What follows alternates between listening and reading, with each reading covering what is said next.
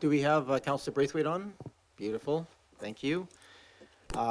Good evening, everyone, and welcome to a regularly scheduled council meeting of May the 8th. As we call the meeting to order, we'd just like to acknowledge that we're gathering on the traditional territories of the Coast and the Straits Salish people, specifically the Lekwungen people known today as the Songhees and Esquimalt nations. Their historic connections to these lands and the adjoining waters continues to this day.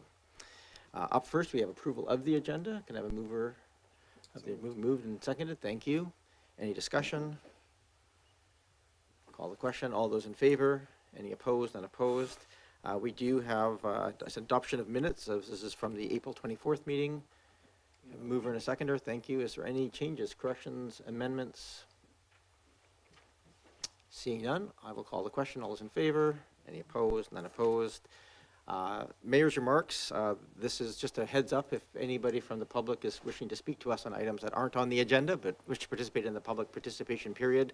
If you're at home, this is the time to call the 1855 number.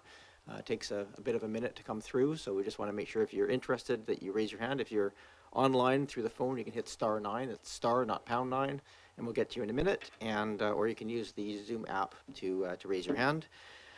My comments are brief. We have a very large meeting today. First, just want to acknowledge and recognize the coronation of King Charles III, which happened this weekend.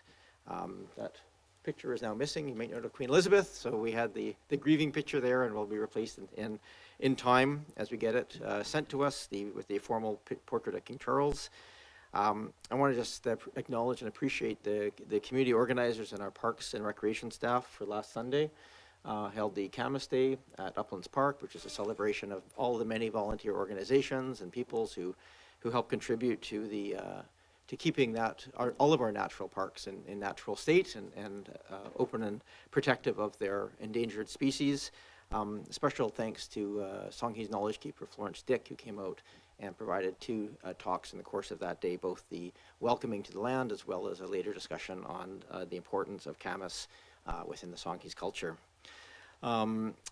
Second to last, just want to state that if you aren't already aware, John Hillman is doing his walk around Carlton House. He's trying to raise $104,000 at his 104th birthday, doing 104 laps of the facility. So just want to express my appreciation to Mr. Hillman, who has been a real inspiration. I think he's raised over $300,000 at this point, is sort of hoping to actually crest significantly more than the 104,000 this year.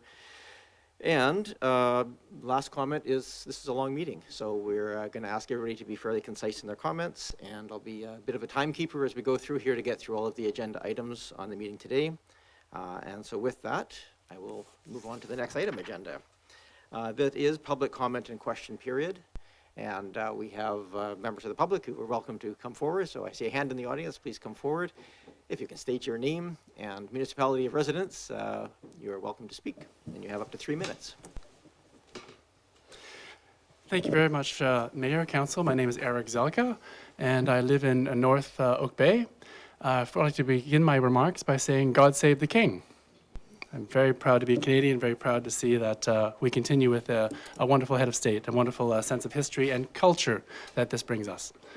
I do note that the agenda is quite full and that Oak Bay has been gifted with an incredible gift of some funds that were brought forward from the province, along with all sorts of other local authorities.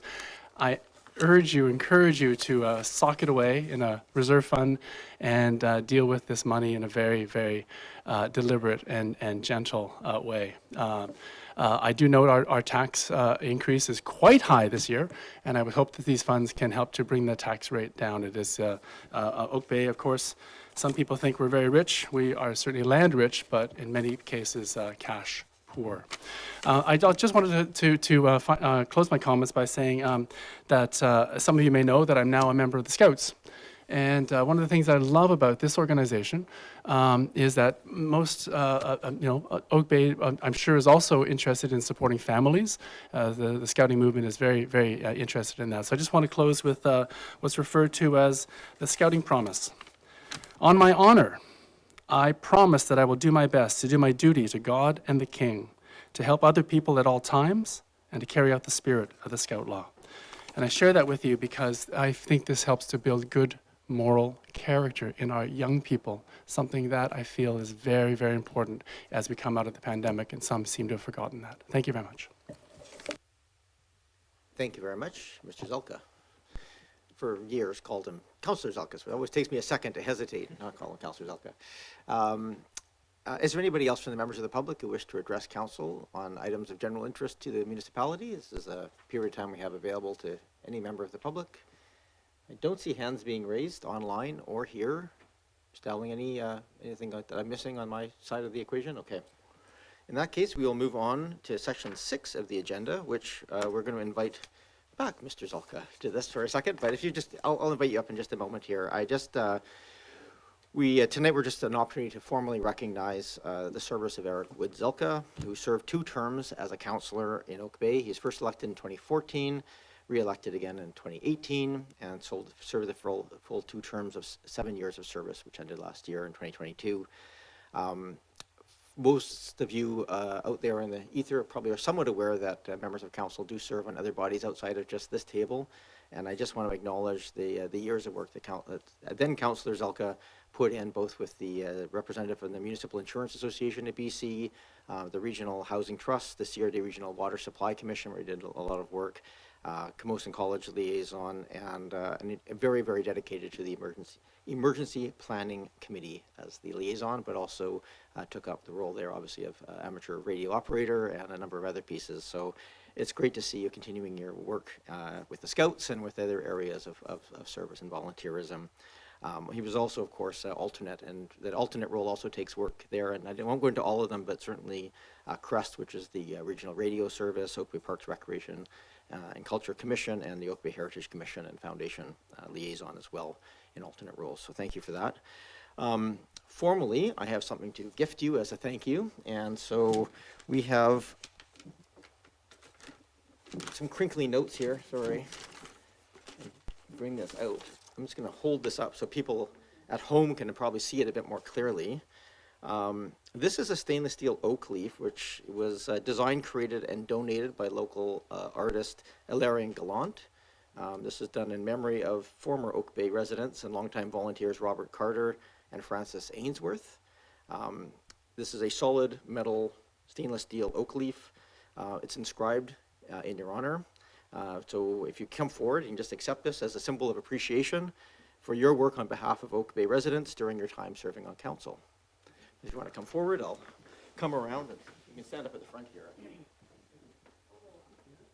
We'll do a photo op. Take a picture. And that's you.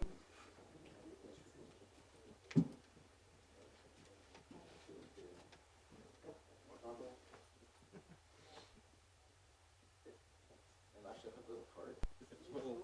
Not, it's just the information.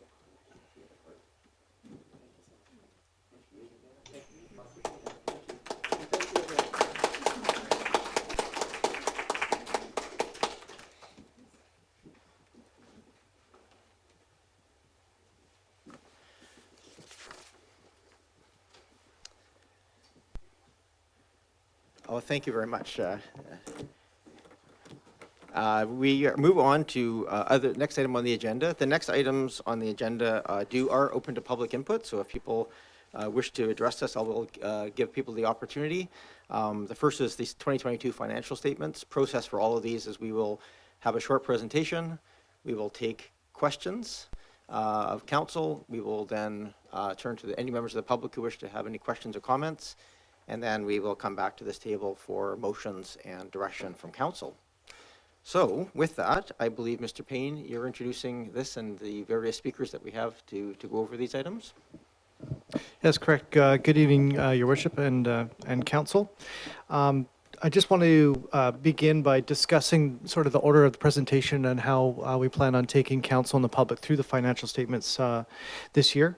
Particularly, I'll mention the various roles of everyone in financial reporting. My role is to see to it that the financial statements are prepared in accordance with public sector financial standards, public sector accounting standards, and the auditor's role is to express their opinion on whether those financial statements present fairly in all material respects. So with that in mind, what we'll do today is I'll walk you through management's analysis of the financial results, and then I'll invite the auditors up to present their findings, and then council is able to ask either or both of us questions thereafter. So as a reminder, Council, annually the district must prepare financial statements and they must adhere to public sector accounting standards pursuant to the community charter. That's got to be done by May 15th, so we're 7 days early approximately. We integrate these financial statements later on into our statement of financial information, which is also a regulated financial reporting report, and our annual report. So you might see them a couple times and don't be surprised by that. But this is the first iteration of when they're due. Financial statements are an important tool for ensuring transparency and accountability with the public, as well as measuring financial performance. They're prepared in a format that compares well across the industry and across government financial reporting in general.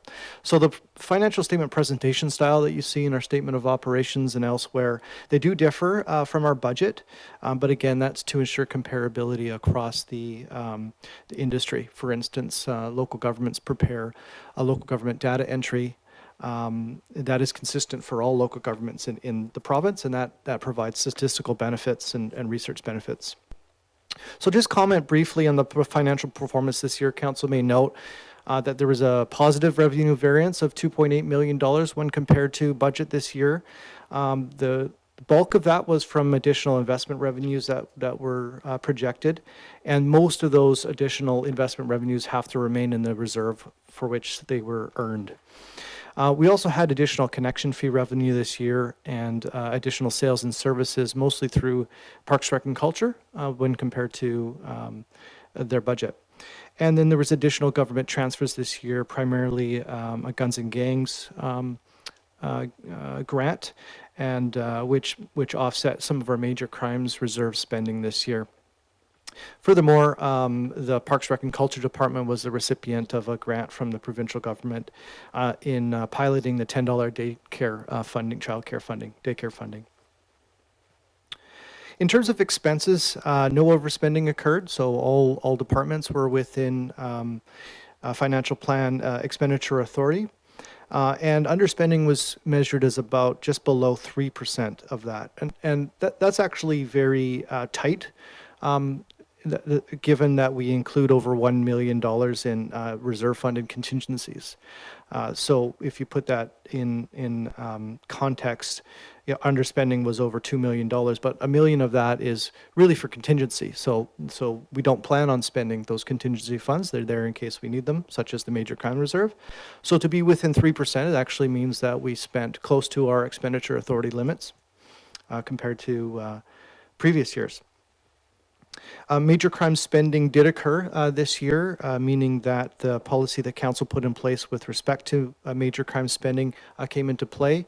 As mentioned, much of that was offset with first, the police operating budget surplus has to be applied to major crime investigations before we dip into the reserve. And then secondly, we did receive a grant to the tune of approximately $300,000, again, to offset major crime spending. So those sort of details aren't clear in the consolidated financial statements, so I thought I would mention that there. Now, one thing I wanted to point out to council, as I do every year, is the significant difference between what's called an accounting surplus and what's called a budgetary surplus. Because in the financial statements, in the statement of operations, you'll see an accounting surplus of approximately $8.2 million. And often members of the community will point to that, suggesting that the district earned significant revenues and that accounting surplus can be used. But the difference is that under public sector accounting standards, capital expenditures are not considered expenses.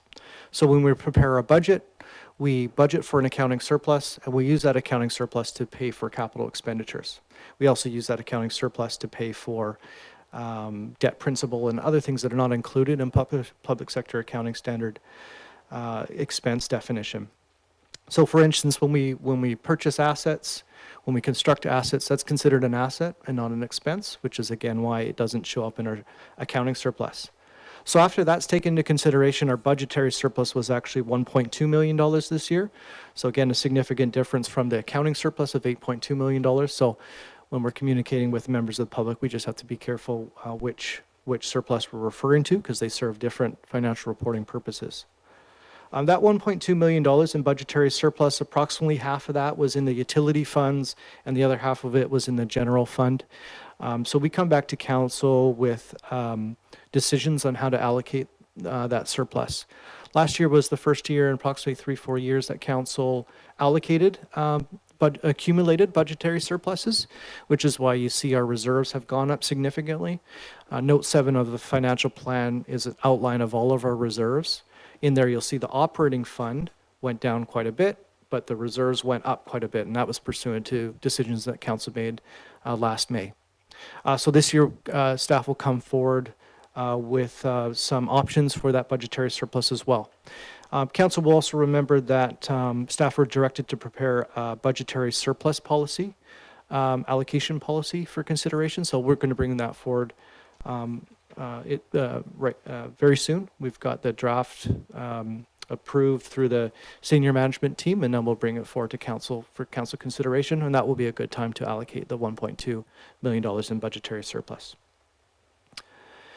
So your worship, that will conclude my my brief presentation. And before I take questions, I'd like to invite my colleagues from KPMG. Liette Eamer is the partner representing KPMG in the audit, and they're going to come forward to the speakers table to present the audit findings report. Thank you, and welcome to you both. And do you have? There's a presentation in our agenda package. Is that are you gonna speak to that, or is there? Yeah. Just, okay, perfect. Can we bring it up on screen? Okay, thank you. Okay, I wasn't going to walk through all the pages, just kind of speak to the highlights. So I know you have a lot on your agenda, so I'll try to go fast. First of all, I'd like to introduce my colleague here, who was the senior manager on our file, Ayomide Kolawole-Osafehinti. She's new to our office, took over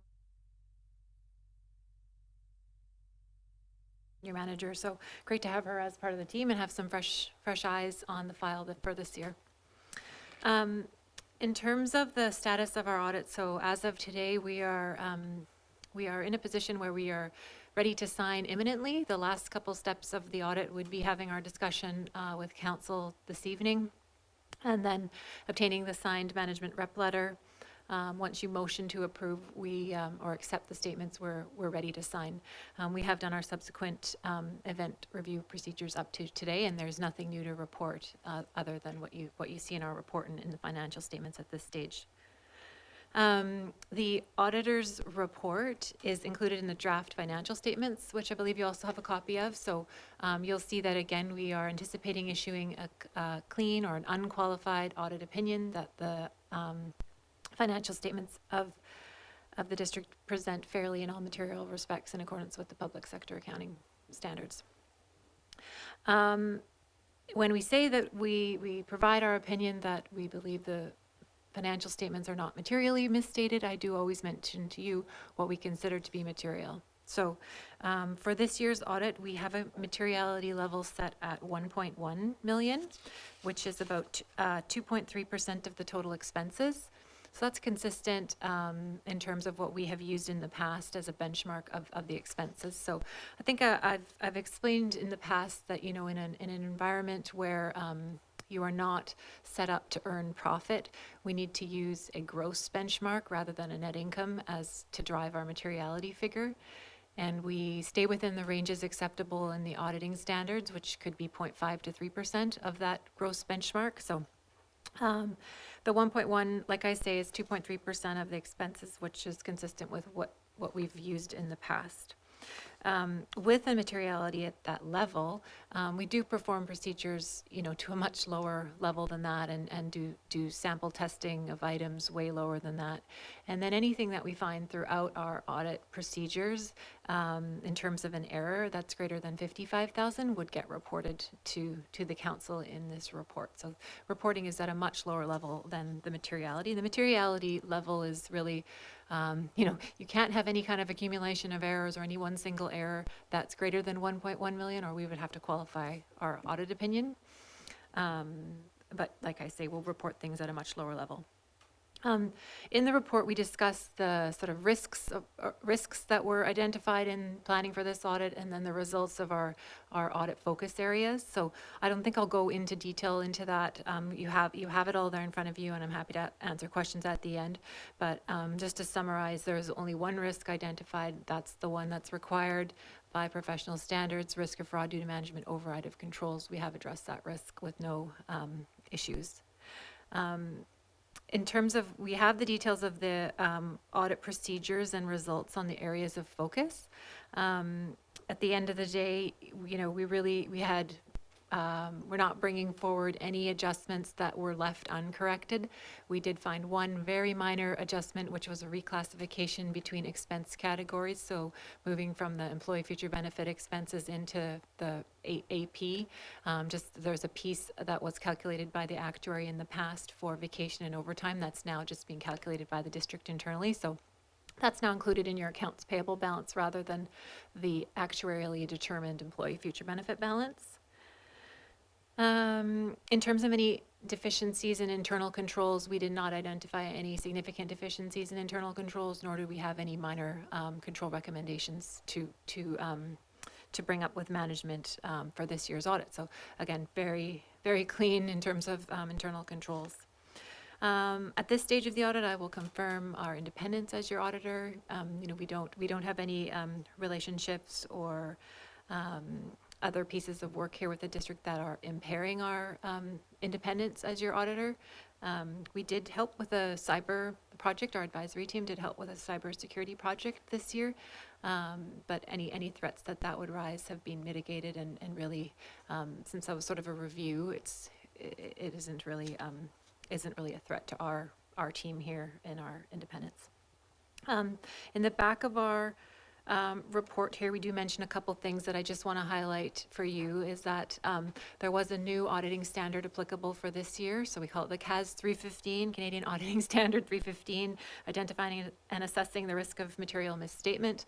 I won't get into the details of that because you have that in the report to put you to sleep tonight, but I'll just report that we have appropriately adopted that standard in our audit work this year. It did require a little bit more work on our end in documenting risks, identifying risks and documenting risks. So that has been appropriately adopted on our end here.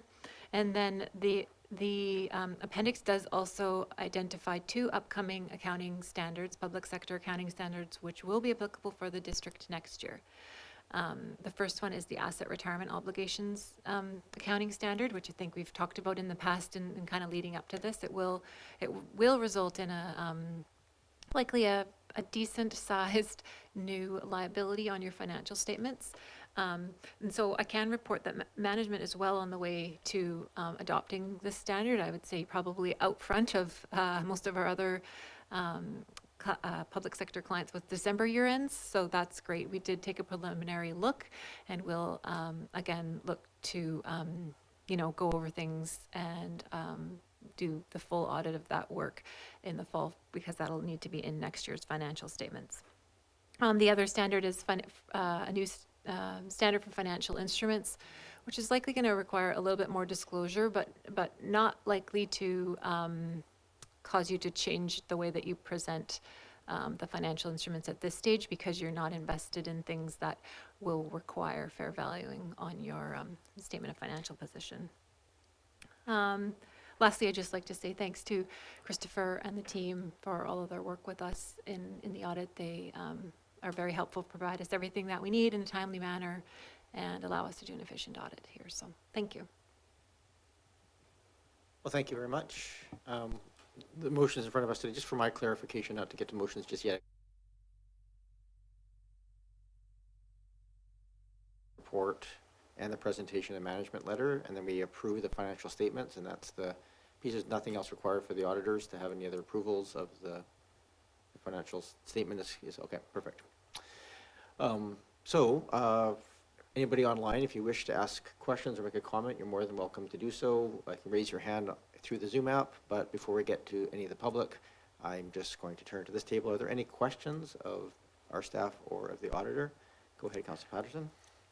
Thank you, Mayor, and certainly I thank you to KPMG for the report, and I want to thank our staff for getting a clean audit. I like the term clean rather than unqualified, because unqualified sounds not as nice as a clean audit. So I know it's a lot of work, and so thank you for that. Just a couple of tiny questions, and if you can't answer them now, then certainly you can come back to me with them. But just on the range of maturity dates for the term deposits, I know that there are several.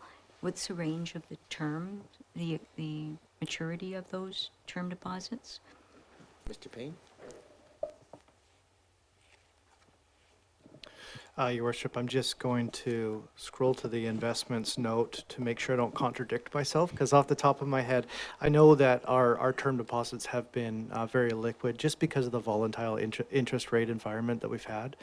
So to my knowledge, I haven't signed up for a term deposit exceeding 3 years. That was last year. So my guess would be that we have no term deposits that have a maturity greater than 2 years at this point.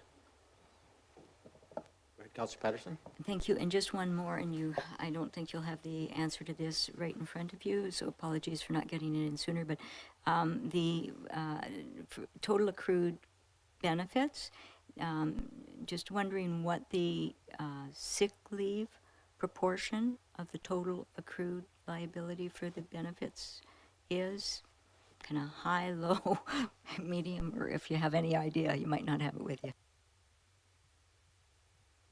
Give them a second to dig through financial statements. I feel like humming the Jeopardy theme song when I'm having these kind of questions. Through your worship, I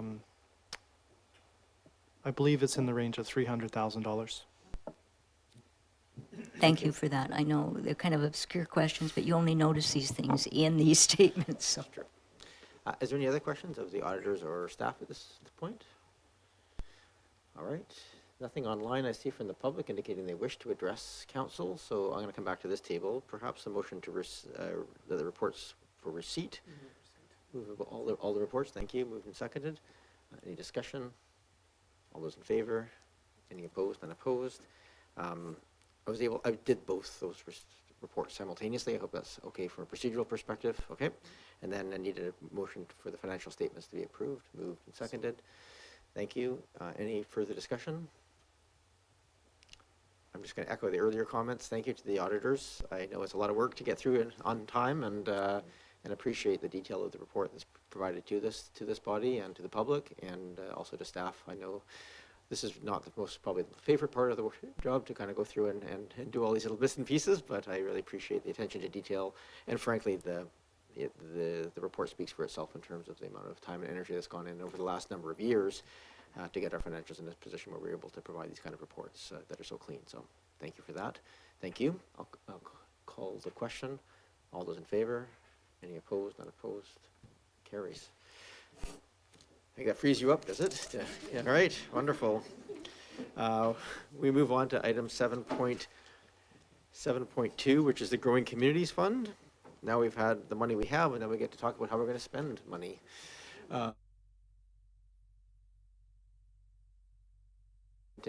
This portion of it.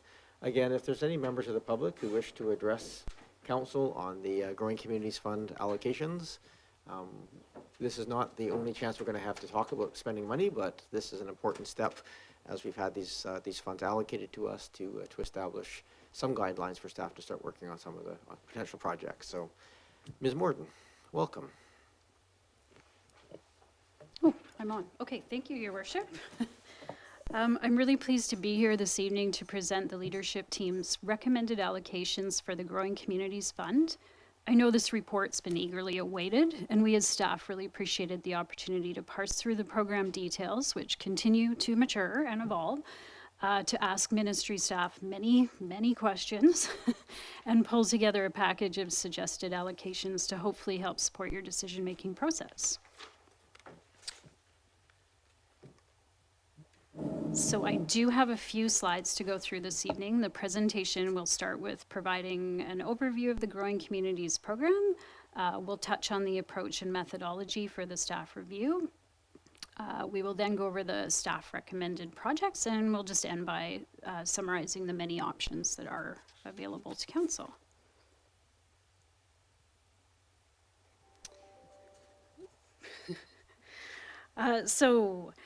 Beginning with the program details, so in February of 2023, the BC government announced an unprecedented $1 billion in allocated funding for all BC local governments.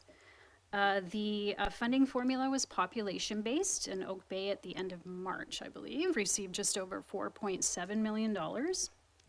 And the CRD received approximately $340,000 based on Oak Bay's population.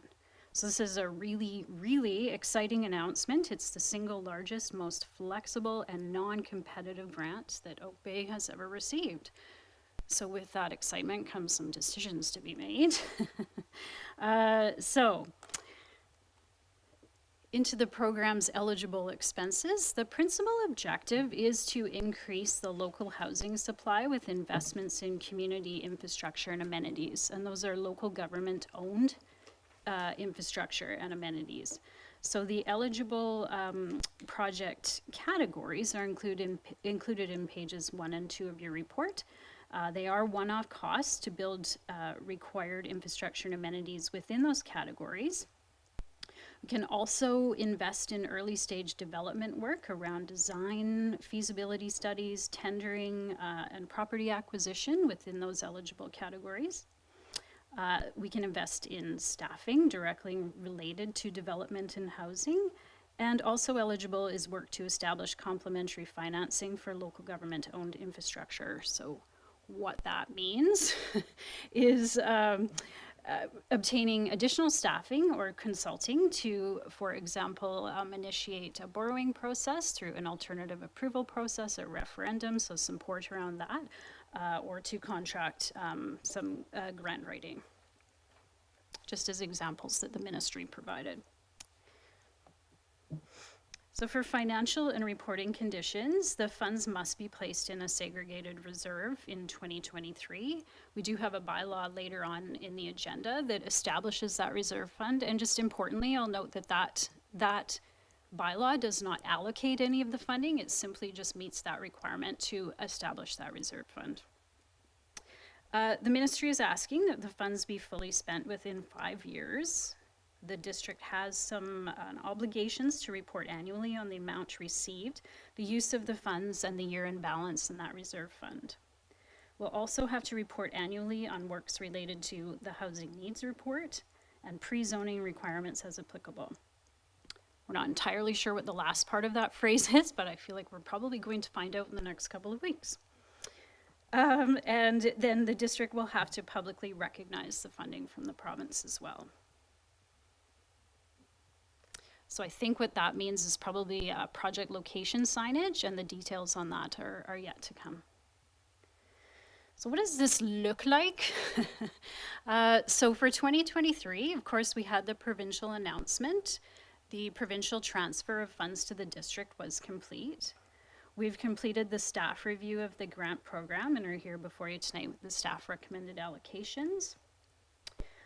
Council needs to establish the reserve fund in 2023 and start considering some initial allocations. Staff will deliver the selected projects over that 5-year term horizon. We will, oh, sorry, that's really small on my paper. We will complete the required reports on the use of the funding. And then we do expect this to be a continuing conversation over the 5 years with council. Municipalities have the ability to allocate and reallocate funding. So for example, if on one of the projects that council has initially perhaps allocated funding to, we were able to secure another source of grant funding, we could come back to you and have that portion reallocated over the 5 years. And then, of course, crediting the province on all of these wonderful projects as required over the course of the 5 years.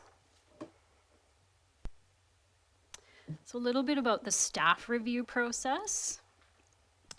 So in terms of how we selected projects, we really tried to maintain a strategic focus and ensure consistency with council priorities and budget authorization. So we primarily identified projects through the council priorities plan and the 5-year financial plan. In terms of project, how we evaluated the projects, we looked at project eligibility. So making sure that the projects fell within the eligible project categories and that completion was possible within the 5 years. We looked at organizational capacity and resourcing, so alignment with department work plans. We looked at community impact in terms of the number of residents directly impacted. We had an unscientific but pretty reliable rating of high, medium, low on that. And then we looked at alignment with the provincial objective to increase housing supply, and we rated the projects as having a direct impact, an indirect impact, or a limited impact. And then we looked to having representation across council priority themes and municipal departments.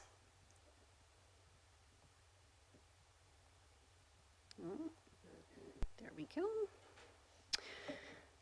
So once we finished that, we considered some strategic considerations. So we looked to fill funding gaps and incrementally, including incrementally advancing project components that are typically more difficult to fund with grants.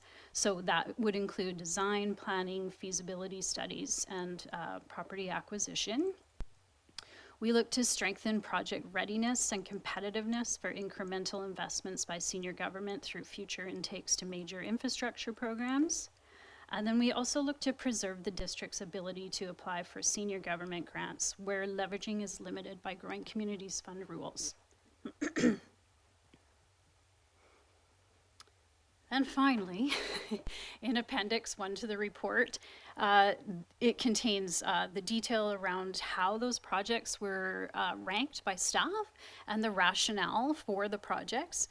But this slide outlines the 9 projects that we are recommending jointly and collaboratively to you as part of the staff input for your decision-making process. So we've recommended 9 projects, and we're also recommending retaining approximately $500,000 in unallocated funding to be allocated in the future to projects that would fit within the eligibility categories. You have many options available to you. Of course, approving as presented by staff is one of the options. There is an option to be able to swap out projects, change allocations. Appendix 3 contains a listing of other projects that we think may be eligible. We've outlined the reasons that we didn't include them in the list, but we could look into that and possibly include those and swap projects in or out for projects that staff have recommended. If council would like to look at allocating funding to new projects that are outside of the scope of the financial plan and current work plans, we're just asking for the opportunity to provide a new project impact analysis on those, but certainly we could do that for you. Council could request additional information regarding the program. You can also just receive the report and consider allocations at a future meeting. And the only caveat I would just mention on that is that the housing related initiatives that are outlined in attachment 2, they are dependent on receiving funding, whether it's through the Growing Communities Fund or another source. They cannot proceed until a funding source is identified. Thank you for the opportunity. Thank you very much, Ms. Morden, for that overview. And there's a lot to consider here. I don't think we're probably going to get to final decisions here tonight, but I think the framing of some of those pieces are probably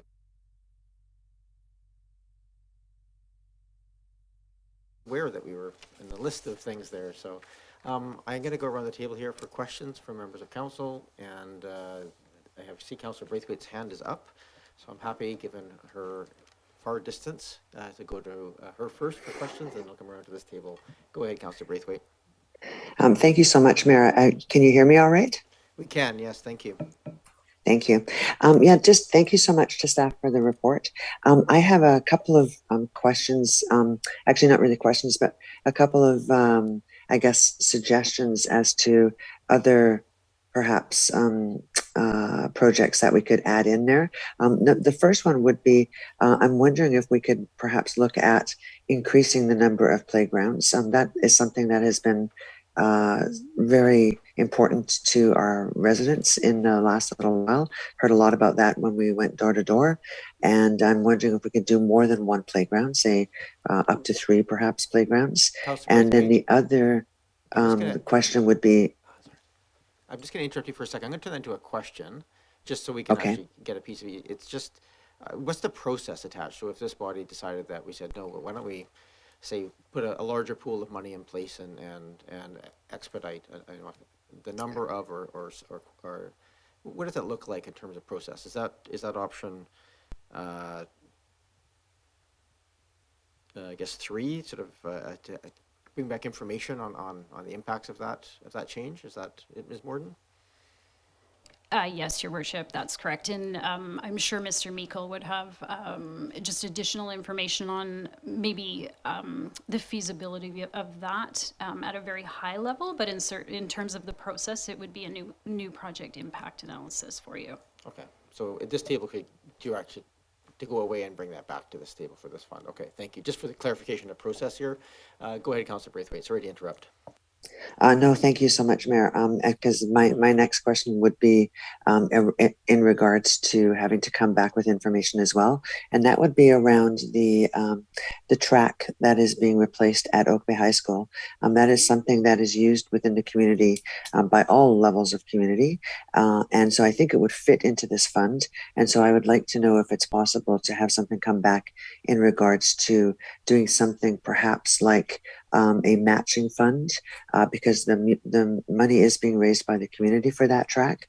And so perhaps if the municipality did something like a matching fund for up to $100,000, and if the community can raise that amount, then the municipality would also give that money towards the track or something like that. So that would be of interest to me. Thank you.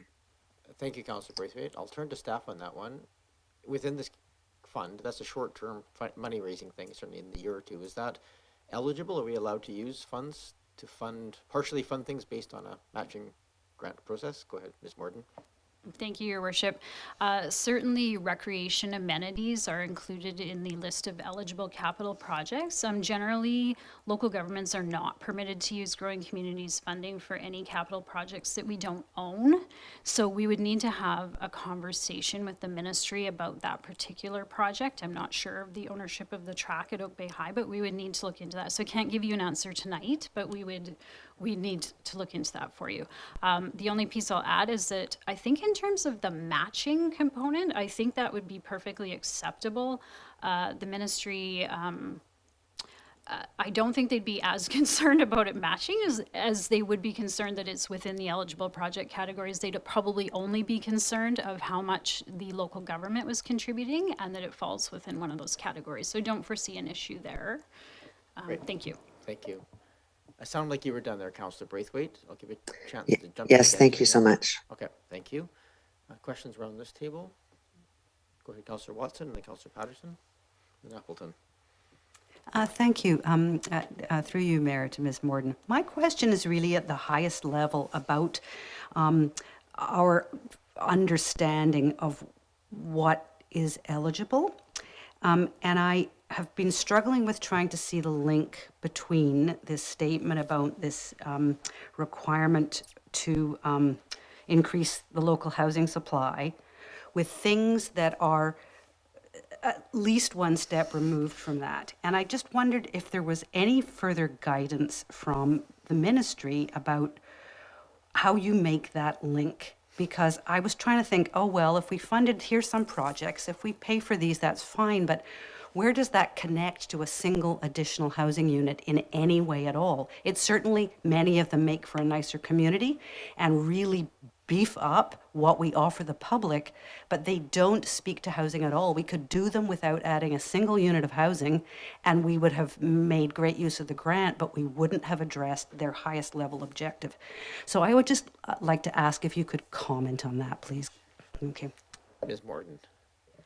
Thank you, Your Worship, and through you to Councillor Watson.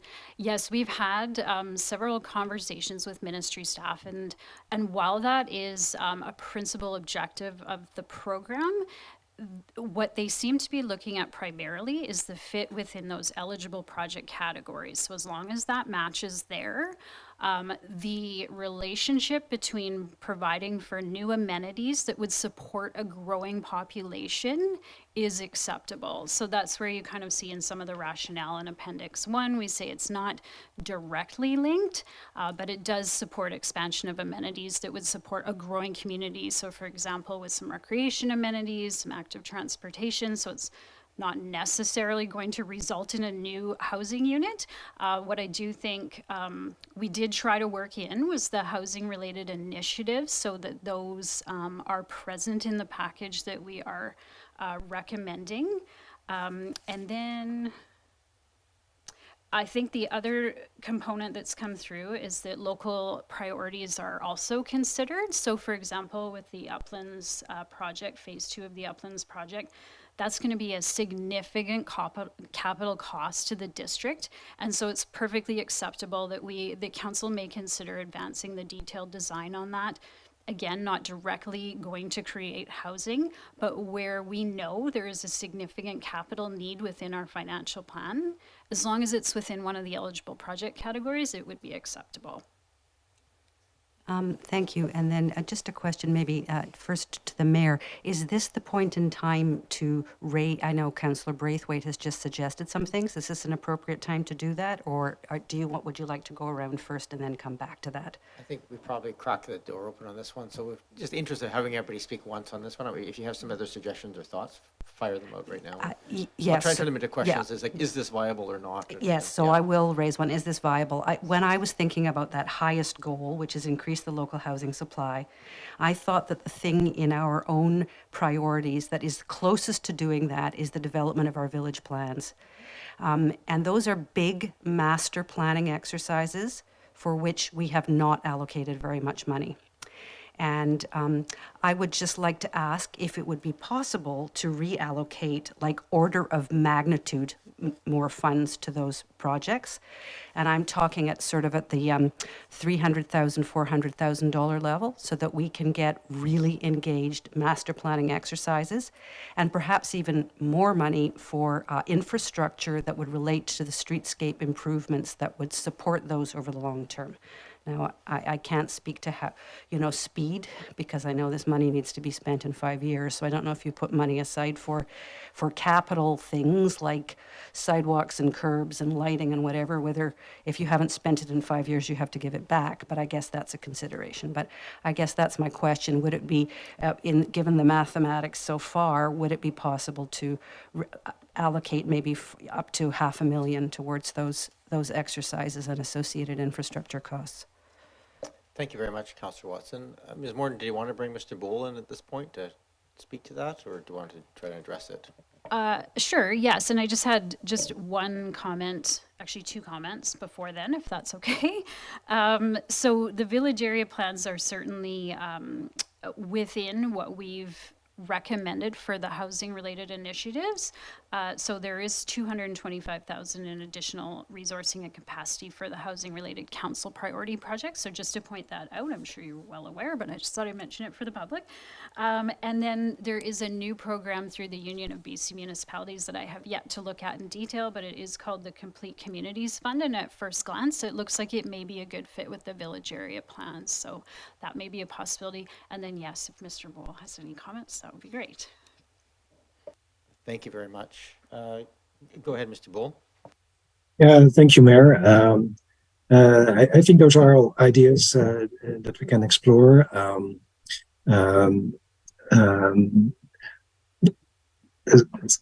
There's always with more money you can do more. right now, our budget amounts earlier this year were definitely based on what the district might be able to fund themselves. And this does offer an opportunity to do maybe more with some of this grant funding. And but that would need to be looked at to see if that would change the scope or the timelines. We don't have those answers for you today. Thank you. Thank you. So just to follow up on your question, so the total allocated amount right now was of the $700 or $550,000, but $250,000 of that was for housing capacity planning pieces. Is that correct, or 225? Sorry, yes, $225,000. Staff are also preparing to apply to the Housing Accelerator Funds, so that would certainly be one of the initiatives that we'd be including in the 7 that are required for us to submit. So more information on that in June, too. Okay, thank you for that. Go ahead, Councillor Watson.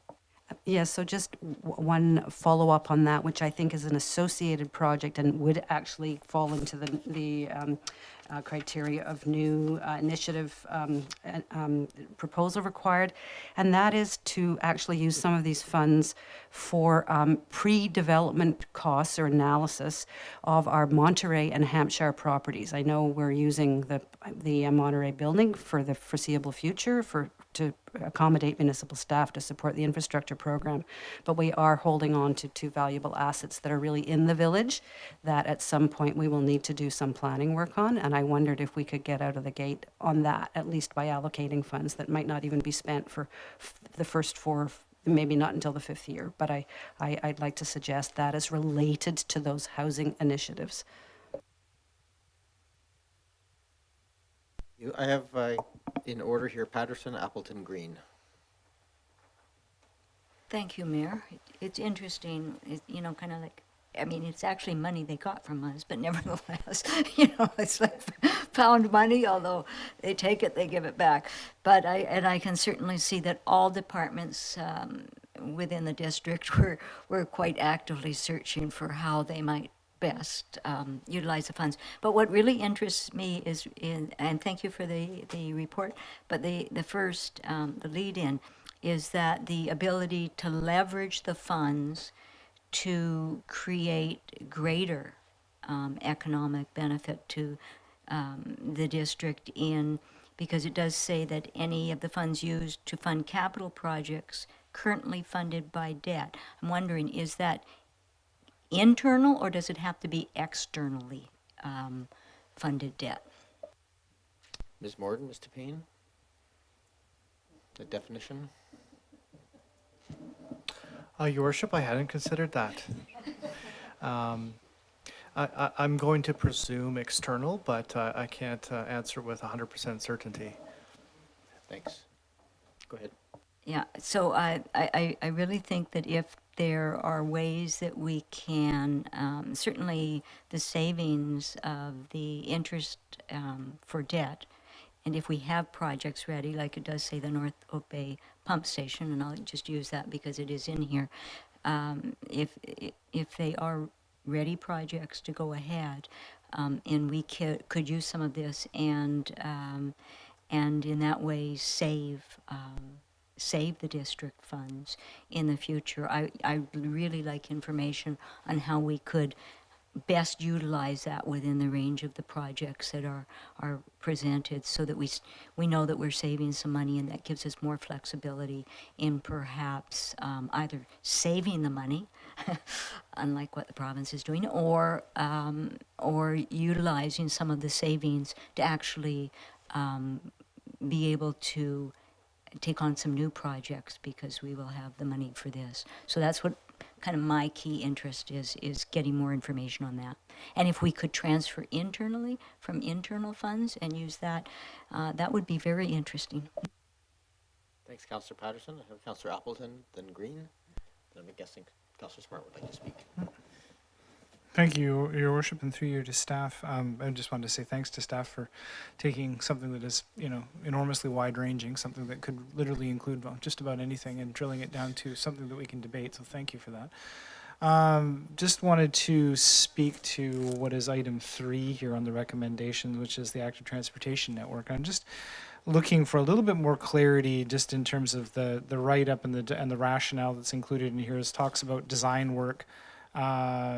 and essentially becoming more ready for shovel-ready projects. And so I'm just wondering whether staff could, well, first of all, I'd like to confirm the timeline for the revision, the refresh of the active transportation plan, which I understand is fairly imminent, which would base some of the decision-making here. And just ask for staff's sort of a little bit more detail on what, for $750,000 at the end of the day, what would we see as the deliverable for that? What would be communicated to the public as saying this is what we would be ready to do for that amount of funds? I'm not sure if I should go to Ms. Williams for timelines on those coming back, or Mr. Rennick or Mr. Robertson. I think Ms. Williams, your advice on that? Thank you, Your Worship. I'm just looking to see if Director Robertson's online, and he is. I'll defer to Mr. Robertson. All right, Mr. Robertson, if you're listening, you are. You just unmuted yourself. Welcome to the meeting. The question was just around timelines for the active transportation plan coming back. First of all, I want to make sure I'm just coming through clearly. You are. All right. Yes, we're in the final stages of having the active transportation plan finalized. So we'll be bringing that forward shortly. We just send it back for some more editing. So that should be ready to bring forward.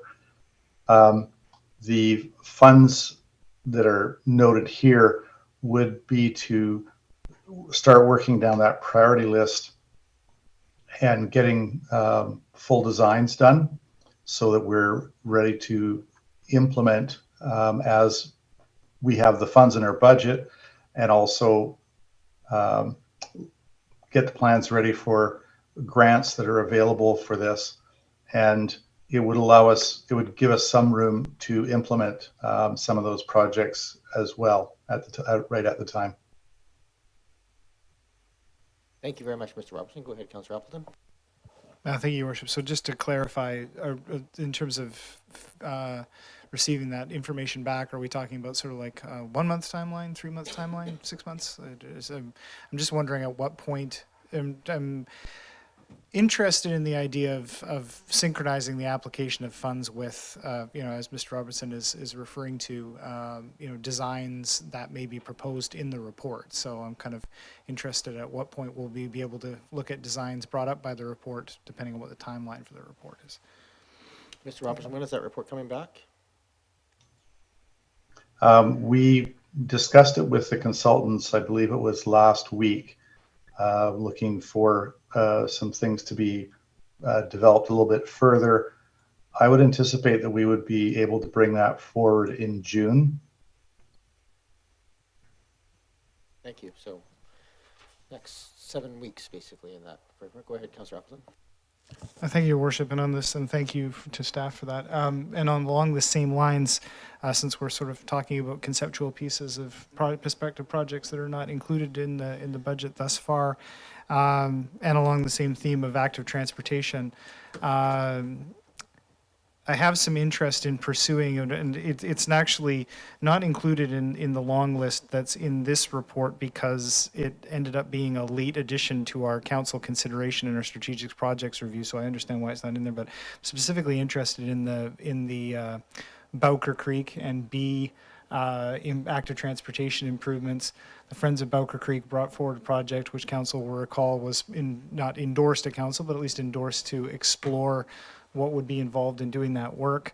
I'm very interested in this, that being a potential project that would fall under this category. And I understand that staff are still doing the work to scope and scale that project, but just in terms of projects that I feel that aren't included on the current priority list that potentially could be included, that's certainly one that I have a great interest in. And I think that in terms of fitting with the category of active transportation, building amenities for communities in terms of future growth, I think it fits quite well in there, but with the understanding that that design work, or at least that initiative background, hasn't come back to council. But maybe I could ask if there's anything that I've missed or anything that staff would like to offer as far as timelines and what council would consider with respect to that project. I'd leave it to them. Thank you, Your Worship.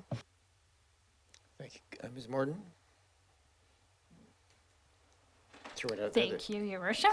Mr. Robertson may have more information on this, but what I will note is we did have a look at the Oak Bay High naturalization project, and it appeared to us that possibly the district may have used some community works gas tax funding towards that. So as part of the new project impact analysis that comes forward, we will work with engineering and public works to sort of look at what are the funding options there.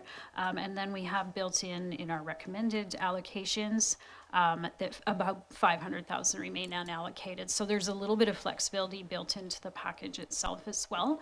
And then there are various aspects of that project that could fit under different application-based programs too. So perhaps over time, if we're successful with those, we could come back and then reallocate again. Thank you. Anything else, Councillor Appleton? Thank you, Your Worship. Just finally, and I appreciate that. Do we have a sense of timeline for the impact analysis for Bowker? I'm going to go to Mr. Robertson again, probably. Is that, or Ms. Morden? You're reaching for the button. I'll let you. I'm sorry, it was just to have the question repeated. Oh, a timeline for the impact analysis coming back on the B Street piece. Mr. Robertson? No, I don't have a timeline right now. Sorry. Okay, thank you. Okay, go to Councillor Green and then Smart. Thank you. I appreciate all the comments of my colleagues and really appreciate the reports and the recommendations. And I wish there was another forum in which we could have this discussion, because these are major impacts, and I wish there was a way that we could sit down together and talk about them more informally. It's difficult in this constrained formal atmosphere, I think. There is a lot of meritorious projects here. And it would just be wonderful to be able to really discuss them in a deeper way. Having said that, I certainly support the comments of Councillor Appleton and Councillor Braithwaite on playgrounds and the Bowker Creek initiative, as well as village planning by Councillor Watson. I think those are all really important. And I guess my concern is that I hope we will actually deliver on some of these. It's important that we do that over the next 5 years. And I just wanted for clarity to ask a question, maybe of Mr. Bull. Under attachment 2, item number 1, housing and development service optimization and process digitization. For the benefit of the layperson, could you just define what we mean by optimization and digitization? Thank you. Thank you, Councillor Green. Mr. Bull? Thank you, through the Mayor. This falls into two kind of categories. Well, as the two names word suggest, but service optimization probably has more to do with what kind of processes does the district require for certain approvals. Maybe there are things that could be done there for streamlining those processes, for example, that could be related to delegation of approvals. It could also be related to the way how applicants make their application, what kind of materials are needed, or are there better supporting policies that are more clear to understand, for example. Those kind of things are covered by optimization. If we're talking about digitization, then we're really in the realm of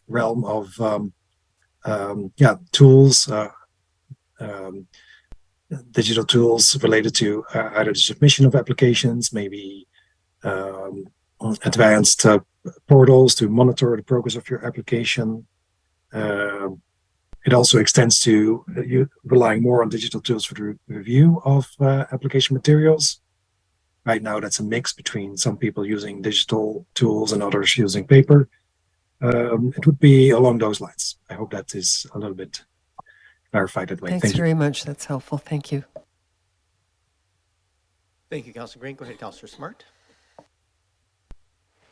Thank you. And just echoing all the comments about what a fantastic report and ability to distill this down to this level. And I have appreciated all the comments around the table. I think what I'm, of course, most excited about is that at the end of the day, that for the people that are dealing with the housing crisis in their day-to-day life, that we are doing something to increase the local housing supply. So to add, my question is, would a parking bylaw review be an appropriate project to consider as one thing that could help to increase local housing supply in the district? I'm not sure who to even direct that question to.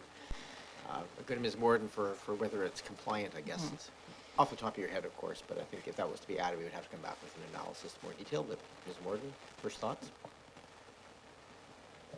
Yes, thank you, Your Worship. So I'll let Mr. Bowles speak to this in detail, but I believe that it may have been anticipated that that may be one of the bylaws that requires modernization to respond to some of the changes in provincial legislation. And so it may be captured under that initial investment of 100,000. And if it's not there, then it would follow. But Mr. Bowles could probably comment in more detail. Mr. Bull? Yeah, thank you, Mayor. Yeah, it depends a bit. There is a chance that indeed that the Housing Supply Act response might require it. I think the other topic would come up, although it hasn't been specified yet, but it could be specified, is under number 3 in attachment 2, where we're talking about other housing-related council priorities projects that are coming up in the future.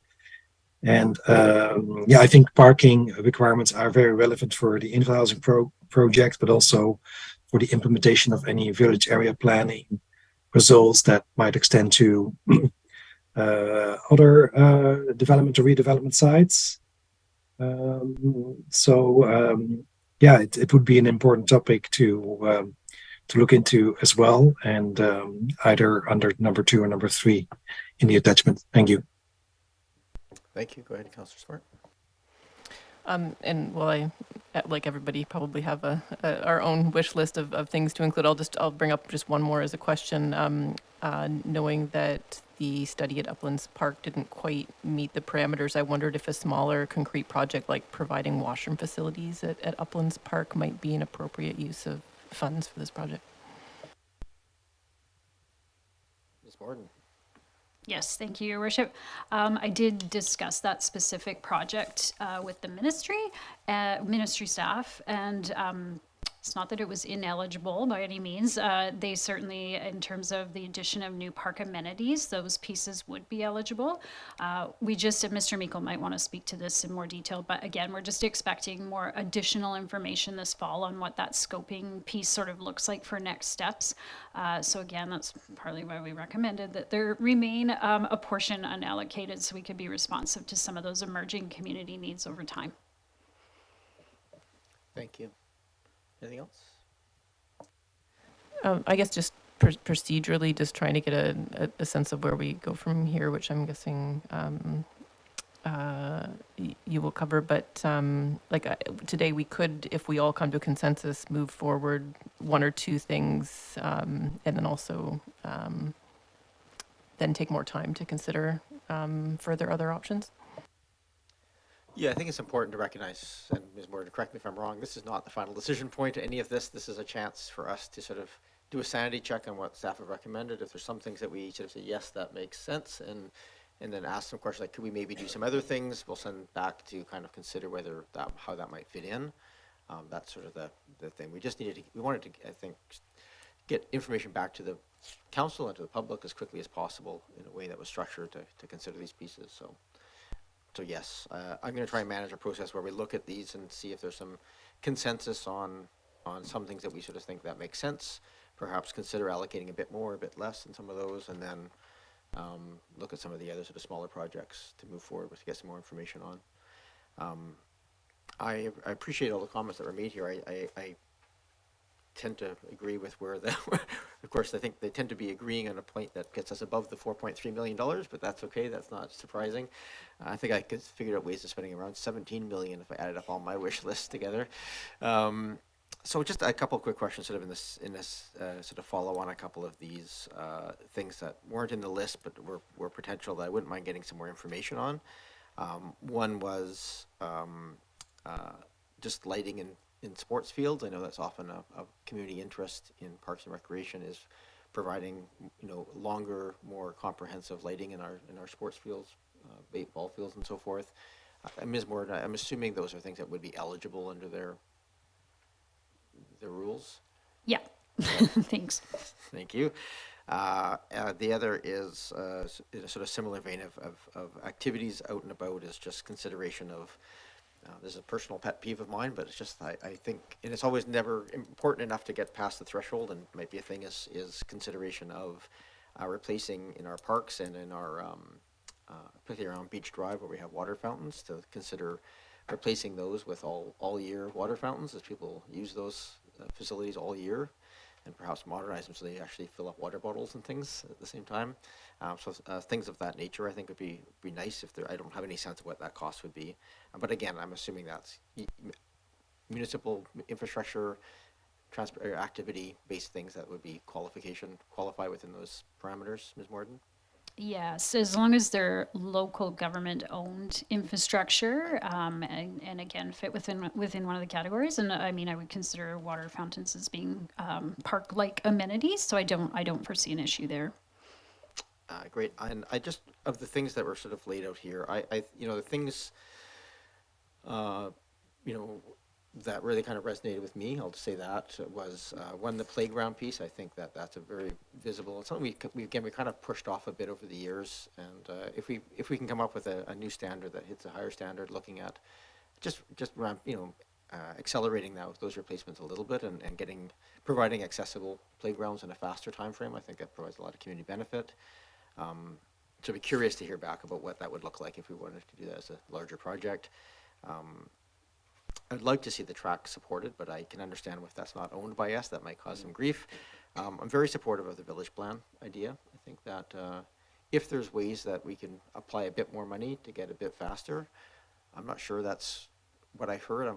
Maybe I'll actually ask that question of Mr. Bull here. Is there benefit here of allocating more money to that project in terms of speeding it up or having a more comprehensive approach to it? Because we sort of contemplated perhaps even doing it in a couple of stages. Could we merge those stages if we made it into a single bigger project or something? Mr. Bull, is there advantages here for adding more money into that pot? Hello, Mayor. Thanks to you. Yes, in response to your question, definitely. In attachment to, there's already 225,000 earmarked, but then for a couple of projects together. But the village area planning is definitely the biggest project that, depending on what we want to do, our current budget of 150,000 is definitely tight. So yes, that would be beneficial.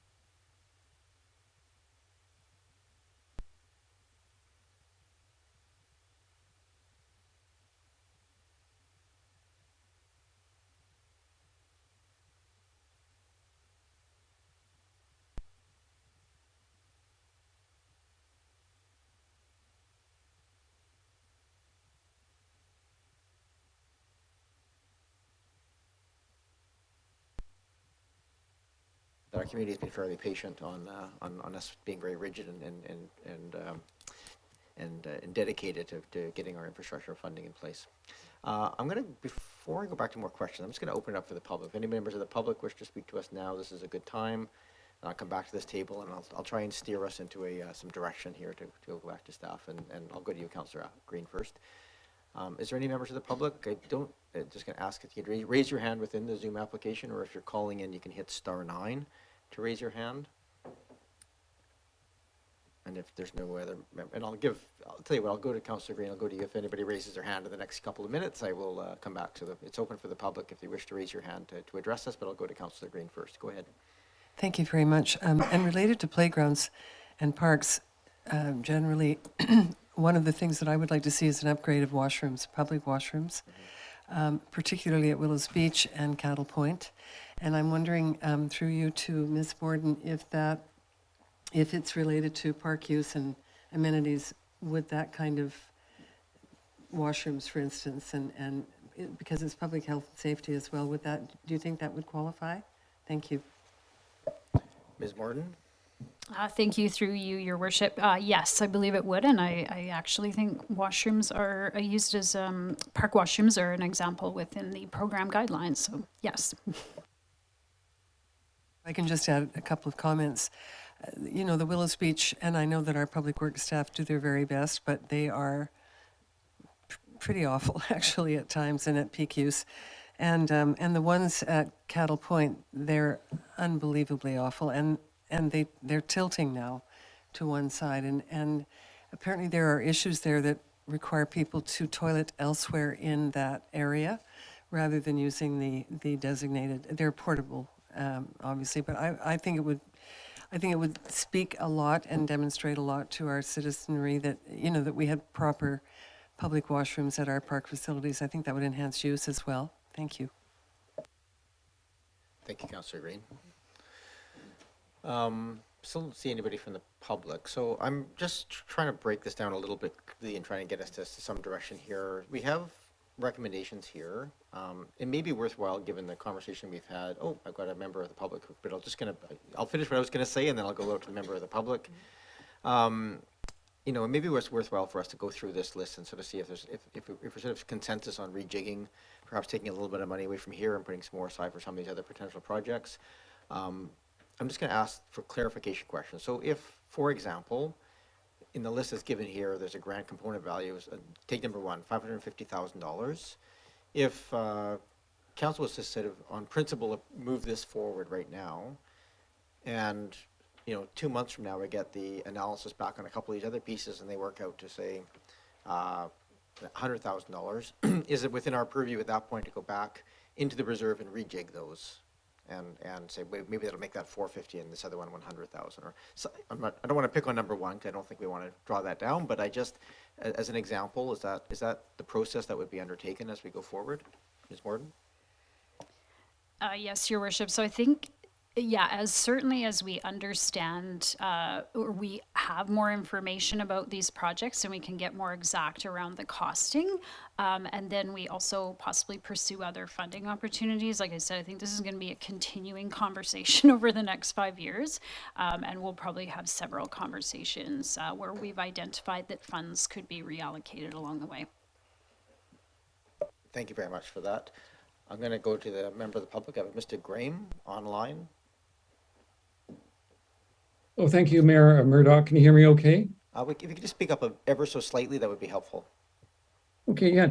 No, thanks very much for the opportunity. I just a couple of quick comments on this item.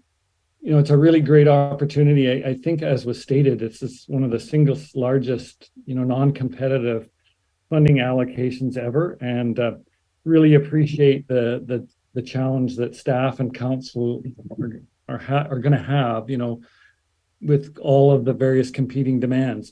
You know, just one general comment is, you know, you might look at your policies, you know, look at some of your policies. I don't see that word in the staff report as one of your criteria for trying to, you know, winnow this list down.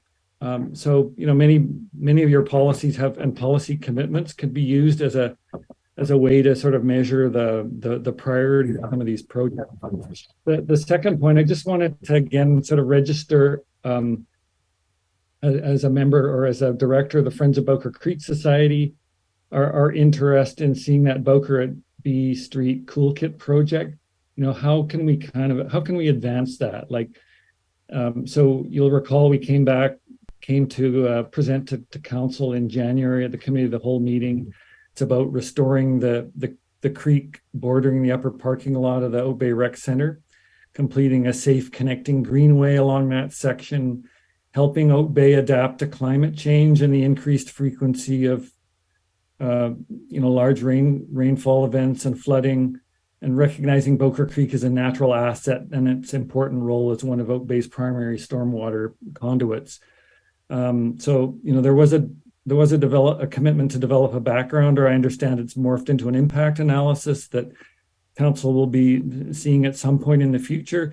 We just ask you to consider that project as well. Like, we really think it fits in. You know, we've read the Growing Communities funding criteria, you know, stormwater management, public safety, active transportation, natural hazard mitigation, park additions, upgrades, recreation amenities, and the costs of feasibility studies. So, you know, there's a lot of criteria there that this, you know, that this would tick the box on.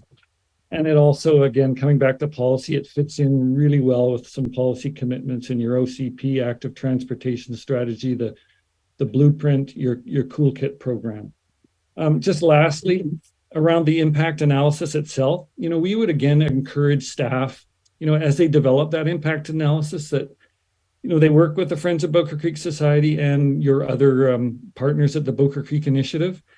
I think we really think that the community and the BCI could really add some value to that impact analysis and how we might move that project forward. Thank you. Thank you very much, Mr. Graeme. I don't see any other members of the public who have raised their hands, so I will come back to this table here. I think Councillor Appleton, does see your hand up? Thank you, Your Worship. I have a question and potentially a proposal here. The question is to staff. I guess if a portion of what was proposed here was advanced and a portion was not, and I've heard a lot of excellent suggestions around the table of potential things that could be expansions of existing items and potential addition of other items. Is for the continuing discussion on those items is the next logical, and responding to an earlier comment by Councillor Green, could this potentially return as an item to a committee of the whole meeting for a more holistic discussion about the structure of how those components might be expanded or added? Is that the appropriate next step? Question mark. Ms. Williams? Thank you, Your Worship, and through you to Council. Yes, that would be an appropriate next step, and we could endeavour to bring that information back. What we would be looking for from Council tonight is what is the information that you'd like us to bring back? What are the projects that you'd like an impact analysis on? And we can bring that back to a scheduled committee of the whole or a special one if needed. Go ahead, Councillor Appleton. Oh, thank you, Your Worship. So I think, to my mind anyway, this sort of falls into the category of commentary, but also, I would make a motion to this effect as well. I think, to my mind, given what I've seen here and in terms of the priorities that I would set and the interest in having some discussion about some expanded or additional components to what's existing on this list, my approach would be to advance a portion of what's included in attachment 1, which I think are supportable, and defer or at least exclude some at this stage of the game in favor of a future conversation. Not, again, as we've talked about with staff, this is an iterative conversation, so not that these would go away forever, but to my mind, the way I lean very much at this stage of the game is for items 1, 2, 3, and 7 are certainly my preferences. 1 related to housing, I think is there's a clear line of sight there. I can see the value in the North Oak Bay pump station component in terms of preparation for future development. Obviously, active transportation network I think supports future housing and future housing planning. And I think, Council has demonstrated its interest tonight really clearly in terms of the playground replacement piece and even an expansion of that. So I would propose, Your Worship, and I will, I guess, put it to you and to my colleagues for debate, that we advance those components 1, 2, 3, and 7 at this stage of the game, and then provide further information as per Ms. Williams' comments to staff about what further information would be required to discuss some of these other elements that we've discussed tonight, have those come back to a future committee of the whole meeting. And just for the record, I similarly really support the idea of additional resourcing into the housing component to pursue the village plan, absolutely. Expansion of the playground piece, examination of the washroom expansion improvement options. These are all, I think, really, really positive options. But I think, as you mentioned, Your Worship, I think that all of those things plus what's already, plus the 9 that are proposed here is not going to fit within the envelope. So I would propose moving forward a portion of these at this meeting, and then returning with giving staff the opportunity to return with more information to discuss the other components at a future meeting. Thank you, Worship. I will be interested to hear my colleagues' comments. Thank you.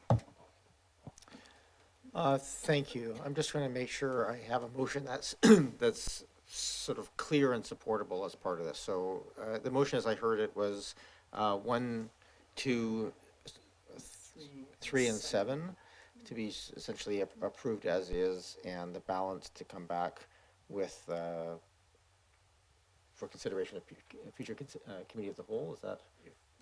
Your worship, if that makes sense to staff, then I would make such a motion. Well, I'm actually happy to go and I'll take the motion as 1, 2, 3, and 7 as a motion, and then we can just talk about that piece, and then we can take away the other pieces as a secondary motion arising out of those pieces. That makes sense. I would so move, your worship. Okay. So is there a seconder to? Go ahead, move seconded. Thank you. You've kind of motivated prior to the thing, but is there anything else you want to add, Councillor Appleton? I guess I would just add, your worship, that again, this is an iterative process, so it's not to say that anything to do with any of the other components that I didn't include in this motion are not supportable, nor what I guess my colleagues have the ability to make a separate motion to include any individual components should they so wish. I guess in my view, we can deal with these components, and if council finds them supportable, we can move that motion, move ahead, and then focus the discussion onto other components if that's the will of council. Thank you, Worship. Thank you. Go ahead, Councillor Green. I want, excuse me, I wonder if my colleague would entertain a friendly amendment, which would be to include item 4, which is the public, sorry, the public safety building issue. And the reason I say that is because without that infrastructure, it would be very hard to support our communities on so many different levels. And so I see that as a really important one as well. And so my amendment to Councillor Appleton's motion would be to add item number 4.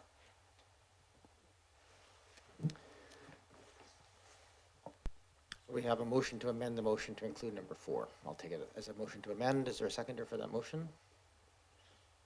Seconded, thank you. So the debate now is on, do we add number 4 to our list of things to move it forward? Again, I'm going to reiterate, this is not a final decision, so this is all going to be back for further discussion in the future, but it provides some direction. Any discussion on adding number 4? Go ahead, Councillor Appleton. Thank you, Your Worship, and I appreciate Councillor Green bringing this component forward. And again, it's not to, my original motion wasn't to imply that any of the other motions weren't significant. With respect to the public safety building specifically, I feel it's interesting that this got raised at this stage of the game, because I feel that the discussion that this community is going to have around the public safety building is going to be a very large, very complicated, and potentially very difficult one, because I'm casting my mind to see what our neighbor municipalities are wrangling with as far as cost escalation, scope, and just in making some extremely tough decisions to do with that public safety building. I expect us to have that same conversation. So not to say that an initial scoping or an additional feasibility assessment isn't valuable at this stage of the game.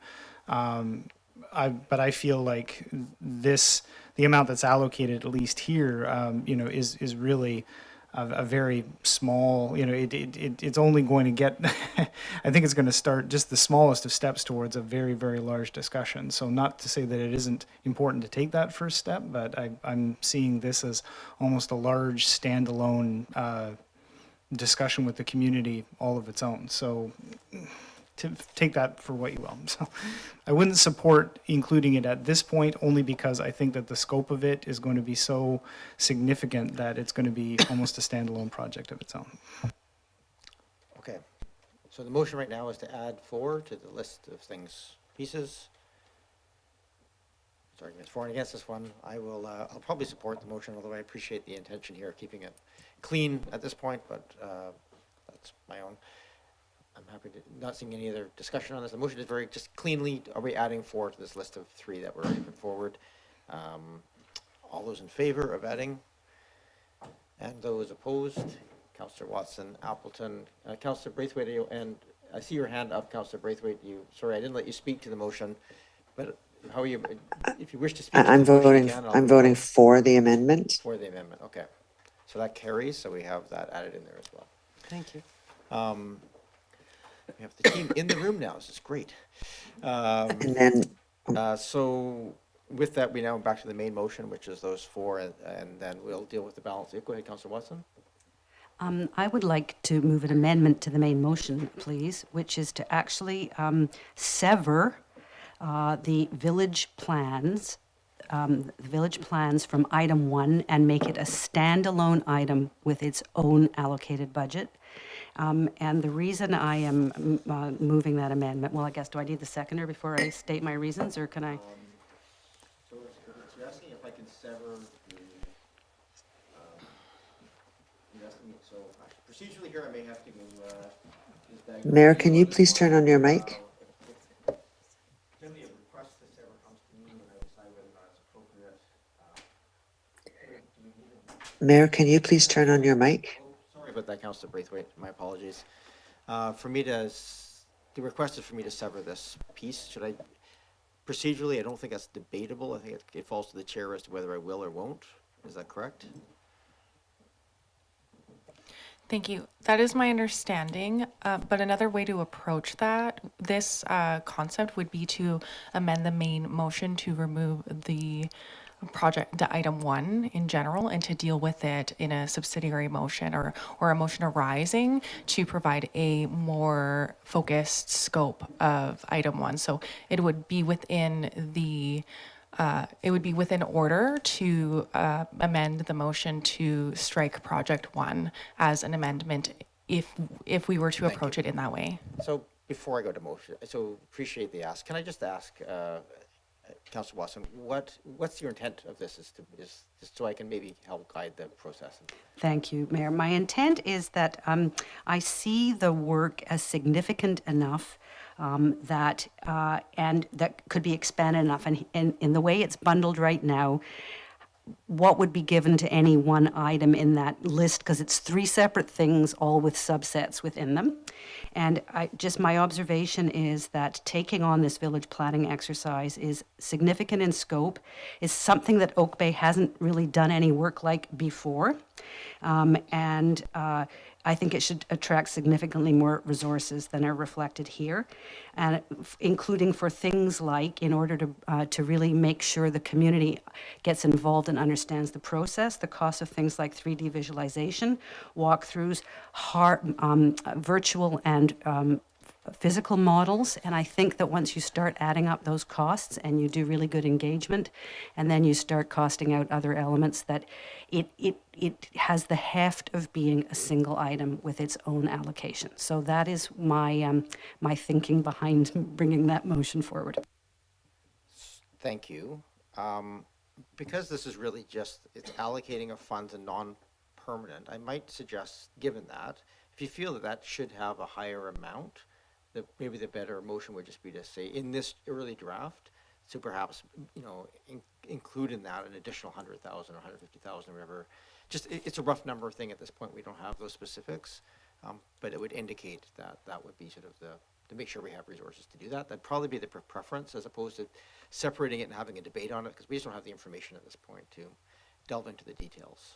So from a process perspective, we have a motion to move it forward. If you think at this stage it should have some more, it might be appropriate to suggest that at this point. Thank you, Mayor. So I will amend that motion to amend the motion. It wasn't seconded. No. So now my motion will be that for item 1 of those lists, 1, 2, I guess it's 1, 2, 3, 4, and 7 at the moment, that item 1 have a budget increase of about $150,000. Yes. I hit the button and it's not always catching on, Councillor Braithwaite. My apologies. I keep talking without the mic on.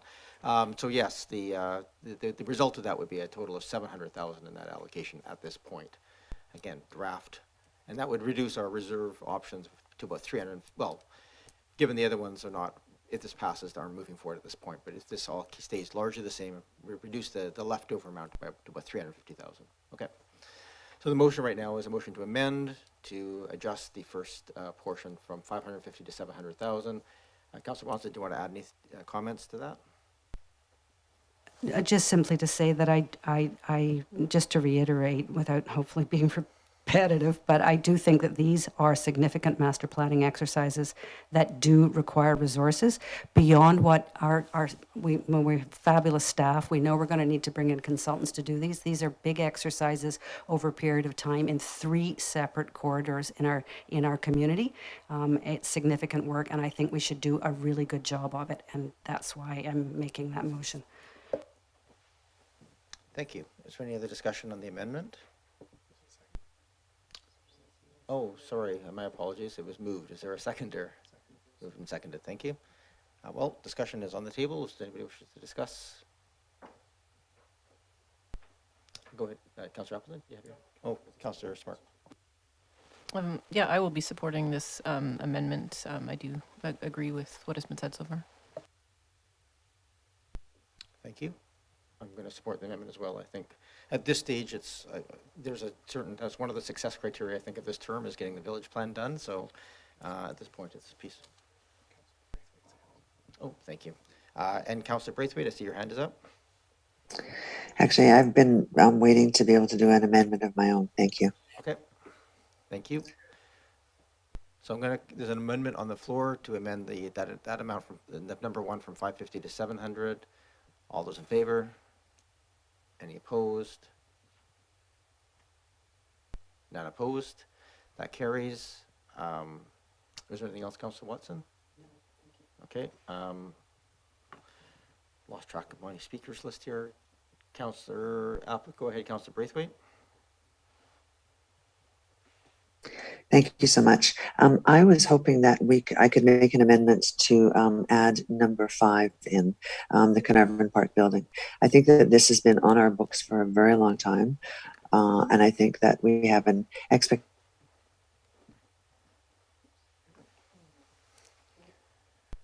Councillor Braithwaite, you cut out there. You said it's been on our books for a long time. We have an excellent, and then you got cut off. For a long time, and I think that this is a really good opportunity to make sure that it moves forward quickly. So I'd like to make a motion to amend to add number 5. Thank you, Councillor Braithwaite. Moved and seconded. Thank you.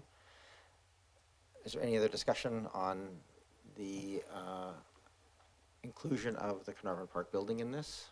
Go ahead, Councillor Appleton. A question through you to staff then, I guess, Your Worship. We've included the Carnarvon Park building in the existing financial plan and the borrowing associated with it. Can I get clarification on what? So essentially, is the $655,000 that's proposed here is to do design work and essentially reduce the amount, as is described in the staff report, reduce the amount for borrowing and potentially, realize savings through that reduced borrowing. So the reason I'm asking this question is not just to clarify on the borrowing piece, but also to say that, inclusion of, just for clarity, inclusion of this component here under the GCF funding is to afford council the potential opportunity to essentially change how the project is funded. Its inclusion on this list doesn't mean that the project is not there. The project's already there in the 5-year financial plan. It's just how it's going to be funded. So, in this particular case, I think communicating to the public and in the context of this discussion, I think it's important to clarify that inclusion of the Carnarvon Park building here doesn't mean that we're $655,000 short for the Carnarvon Park building. It's reallocation of funds that we were planning to borrow. Is that correct? Mr. Payne? Yes, through your worship, that's correct. Indirectly, that would happen. The design of the Carnarvon Park was funded through the Infrastructure Renewal Reserve. What we would do is we would shift that into the construction piece, and that would reduce our borrowing costs of the construction piece. So indirectly correct. Thank you. Clarification. Go ahead, Councillor Appleton. No, thank you, Your Worship. So what that means is that I wouldn't support this allocation at this time because it doesn't mean that the project's not going to go ahead. I would prefer to see this particular allocation of funding under the GCF be used in another way, with the understanding that the existing arrangement that council authorized in the existing financial plan to fund the Carnarvon building and go ahead with the Carnarvon building is already in place. So I would like to see us use this potentially in a different way, but making it clear that the Carnarvon building will still happen as per our financial plan. Thank you for that. The motion is, I guess probably, maybe I'll turn around the table and just look around the table here a little bit. We have a list of projects here that staff have put together. Is there anything on here that people aren't comfortable with being on the list? I guess is probably a good question. And if so, if not, then perhaps we can just, we can either include them all or maybe add one or two more if that's the will of council. But one of those two things, I think if we're going to come back to this table and tease out some of these things and include some of the other pieces, I just don't want to get so bogged down at this table tonight. I've allocated time. We're over our time allocated for this. I'm trying to make sure we get this onto a piece. So just not to debate these things too heavily at this point, because so I appreciate the clarification, Councillor Appleton, for the next steps. Go ahead, Councillor Patterson. And it's on the motion to amend to include the Carnarvon Park building. Yeah, and I understand that, although I think I'm with Councillor Appleton on this, but I also just want clarification that because we're some of what we're doing would in fact cause the need to really engage the public on a number of projects.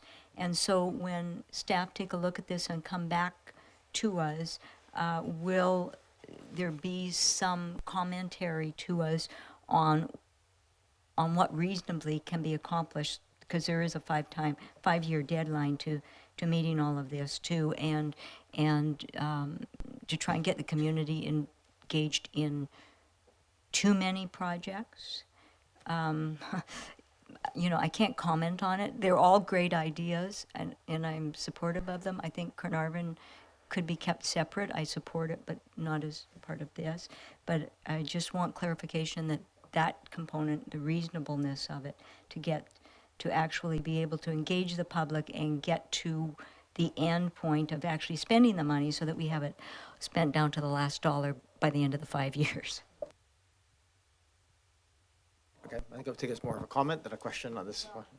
Just clarification that that's coming back as. Okay. I'm not sure how to take that too in terms of staff. Go ahead, Ms. Morden. Thank you, Your Worship. So I think a lot of those details would come back through the council project sign-off. When those come back to council, they would articulate the details of that engagement.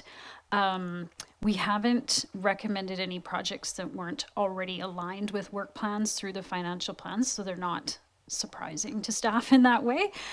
So I think that would be the venue through which that information would come forward, and we'd have that double check with council on that. On the floor right now is to add the Carnarvon Park building into our list here. It was seconded, I believe. Yes, it was. So any other discussion on that? I'm not going to support this motion, not because I think it's obviously for the same reasons it needs to be done. I just would like to kind of wrap this up with where we are and come back with that as part of the context. Are we allocating this particular grant and how much of that to the next meeting where we kind of deal with it, which is sort of true of all of these, but I think at this point I'm content with the priority ones and are able to come back and talk about the other ones in play. So with that, any other discussion? This is the amendment. We're voting right now on the amendment to add the Carnarvon Park building into the sort of the short list of things to go forward as is. I don't see any discussion. All those in favor and those opposed? Councillor Patterson, Smart, Appleton, Murdoch opposed, so that fails. Okay, back to this table. We have those pieces here. I don't see any other discussion on this. I just have one question on the on one of the items on here, which is the number 7, which is the playground replacements. There was discussion here about options for accelerating those replacements. That would not happen. So that would be a future discussion when it comes back to potentially add more money into that, and that would change the scope of it. So, okay. I do think we should have that discussion, but not necessarily as part of this piece. So with that, we're back to the main motion with those items. So right now I have items 1, 2, 3, 4, and 7 on the list to be included, basically to be, at this point, tentatively approved to go into those slots. So I'll call the question. All those in favor? Any opposed? Don't see any opposed. That carries. I guess the secondary part of this motion would be to essentially refer, go ahead. Your Worship, in the original staff report, I guess there's a secondary component to sample resolution number 1, that certain initiatives be added to the council priority plan under the priority theme of housing. And I think that those are connected to item 1 in the appendix, if I'm correct. So this additional subsidiary piece and that under sample resolution 1, council would also need to approve that because it's expansion of staff work related to what's proposed in initiative number 1 in the appendix, if that's totally clear. Sorry, the motion this is attachment 2 for the housing pieces of that. Is that what you're referring to, or the? No, in the staff report, Your Worship, under sample resolution 1, which sample resolution was to approve essentially everything as presented. Yeah. Council has selected a subset of that, but I understand that the and that consideration under sample resolution 1 allows staff to add number 59 and number 60 to the essentially staff work plans associated with what's laid out in item number 1. Yes, if I have that that's right. an appropriate motion then at this point. Then I would move that subsidiary piece, Your Worship, and that the following initiatives be added to the 2022-2026 Council Priorities Plan under the priority theme of housings number 59 and 60. Everybody see that on the thing? Okay. Moved. Is there a seconder? Seconded. Thank you. Is there any discussion on that? Go ahead, Councillor Watson. Yes, a discussion. I'm just seeking clarification. I thought that in effect those 2 items were in there because they were part of number 1 by reference to appendix 2. Am I following the plot here? Yes. Yeah, okay. All right, correct. that's fine. Yeah. Thank you for that, Councillor Appleton. Anything, Ms. Williams, you look like you're, nope, okay. We're going to miss a chance for people to jump in if they need to. Not seeing into the conversation, I'll call the question on that. All those in favor? Any opposed? None opposed. Thank you. Go ahead, Councillor Appleton. Do you have anything else? Well, Your Worship, I just, and you may be getting ready to ask the exact same question, but then in terms of further direction to staff to come forward to a future meeting, whether committee of the whole or otherwise, I guess I'm looking for staff to sort of look for how specific do we have to get. I mean, we had a wide-ranging discussion here. I'm sure staff's been monitoring it the entire way through. Is there a subsidiary motion required to modify project backgrounders or project impact assessments to bring back to a future meeting? And how specific would staff like us to be with that? I'll make a suggestion here, and I'll turn to staff with that. So I would probably suggest that we do this in 2 stages. One is the balance of the projects that are there to come back with for consideration and more in a further discussion. So just the balance of that. So not approving them tonight, but still carrying them forward to another meeting. And then I think I would probably take motions. I had a few things that were flagged here that seemed to, actually I think most of them were probably captured. One was the, B Street project, just if we can get some clarification about how that fits in sort of in a formal process, if that could be included or not. Probably some clarification maybe on the track, if that's a will, but maybe I'll just take those kind of motions. So we take the bulk of ones that are there, and then if there's any that people want removed, I don't want this included in that list, or any that are that people want to add, then we can add those in there, and those will come back with some backgrounders, with some approximate costs and so forth to a future meeting. So I think that process-wise, it's probably the cleanest for us to kind of get those the remainders referred to another meeting. And we may have to do something similar like what we're going to do with grants, which is sort of go through and do a bit of a thought process about how we're going to balance in a certain amount of money, and kind of do that offline and then bring it to this table. But I'm just going to, before I go to a motion, I'm just going to turn to staff. Is a motion along the lines of referring this to the balance or all of these to a future meeting, and then I'll take any motions to add anything in there that people want to see that aren't on this list currently. Is that I'm getting furrowed brow, so I'll turn to staff. Perhaps there's a recommendation here for next steps. Thank you, Your Worship. I think through the discussion, there were a number of initiatives that are not currently on the council priority plan that were raised by various members of council. I think around 8 different initiatives. So if council could give us some direction on which of those you'd like us to bring back an options analysis or impact assessment on, we would do that. With respect to Bowker to B, that project, the new initiative impact analysis will be coming back hopefully June, July at the latest, and we will incorporate in that funding options, including funding through this fund and any other funds that are available. So that one is kind of already taken care of. But if we could get clarity on which of the others of the 8 that were raised, council would like us to bring back information on, that would be great. Okay. Councillor Appleton. Thank you, Your Worship. I feel like I'm dominating the discussion here. Just for simplicity and related to an earlier comment that you made about potentially narrowing down the discussion to simplify, I'm just wondering, and you had mentioned carrying forward the outstanding items from what's currently laid out in attachment 1 of the staff report. I would like to make a motion that items 6, 8, and 9 from attachment 1 of the staff report be excluded from the conversation, or be excluded from that upcoming conversation about items to be considered.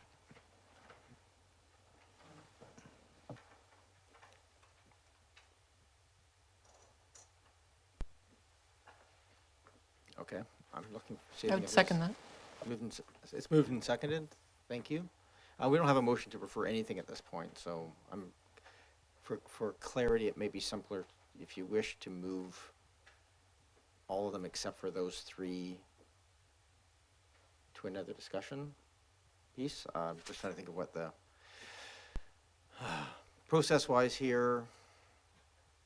How about we do this? Can we move these items and then I'll turn back to you and you can do a motion to remove the 3 pieces and we can talk to those 3. Because right now we have nothing moving forward. So it's hard to have a motion to remove them from the piece. So I'm just procedurally here for clarity as to what's going to be thinking. I might either do them one at a time with the ones you wish to move forward.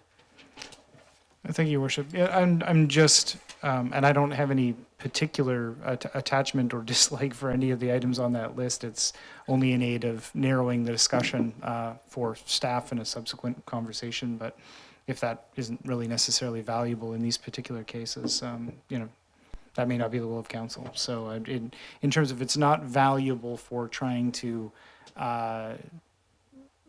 essentially, bring clarity around the discussion or give us more of a guardrail around the discussion of things that will be discussed, and then I would just withdraw it.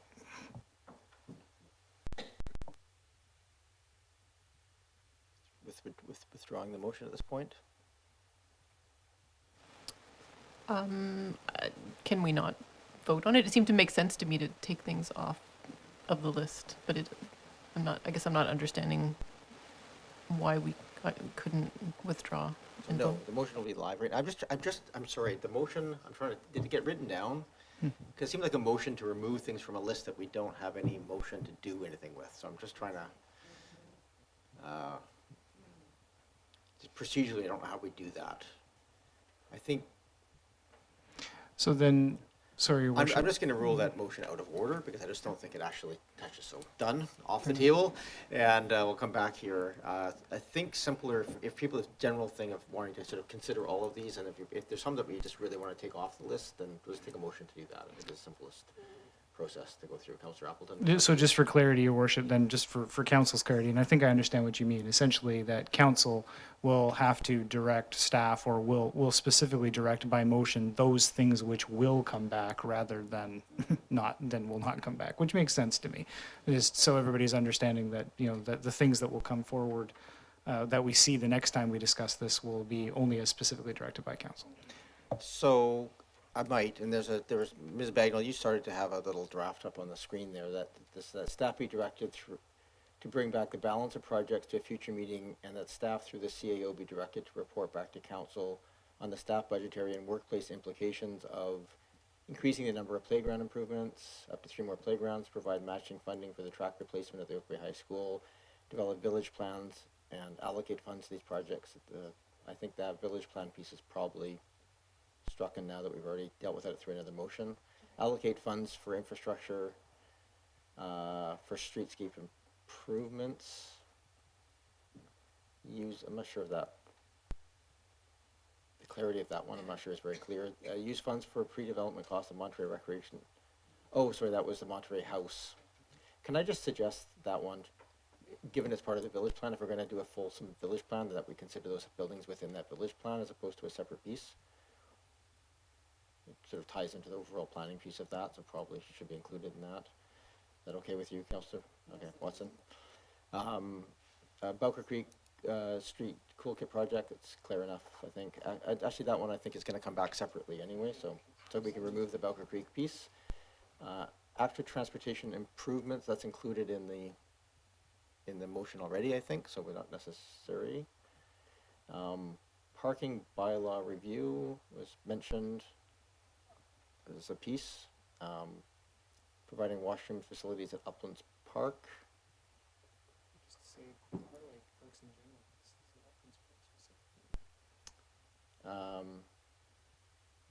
Yeah, probably just washroom facilities and parks is probably a better way of putting that. That makes for a big, lots of, realistically, in the amount of money we have, it's going to be one. So it may be a piece of that. Longer and more comprehensive lighting in sports fields. Yeah, I see that. Replacing parks, water fountains, and drive for modernization. So let's leave the Willows Beach and Cattle Point upgrades of washrooms as the one, and remove the washroom facilities at parks. I'll leave the bottom one you have highlighted and take away the top one.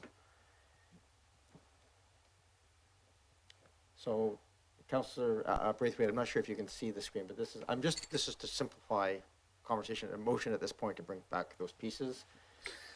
I'm not sure. Yes, I can see the screen. Thank you. Okay, I'm not sure that I'm in agreement with all of these, but I certainly think that if we can come, so I guess my question on if this motion or something along this line goes forward, is this something that can be very rough order of magnitude? Is this going to include an entire project backgrounder, or is it I'm trying to get a sense of how much work asking for this to come back is, because if it pushes it into, say, September, because we need to do a bunch of work to get it back, that might not be the best course of action, although maybe that's not the end of the world.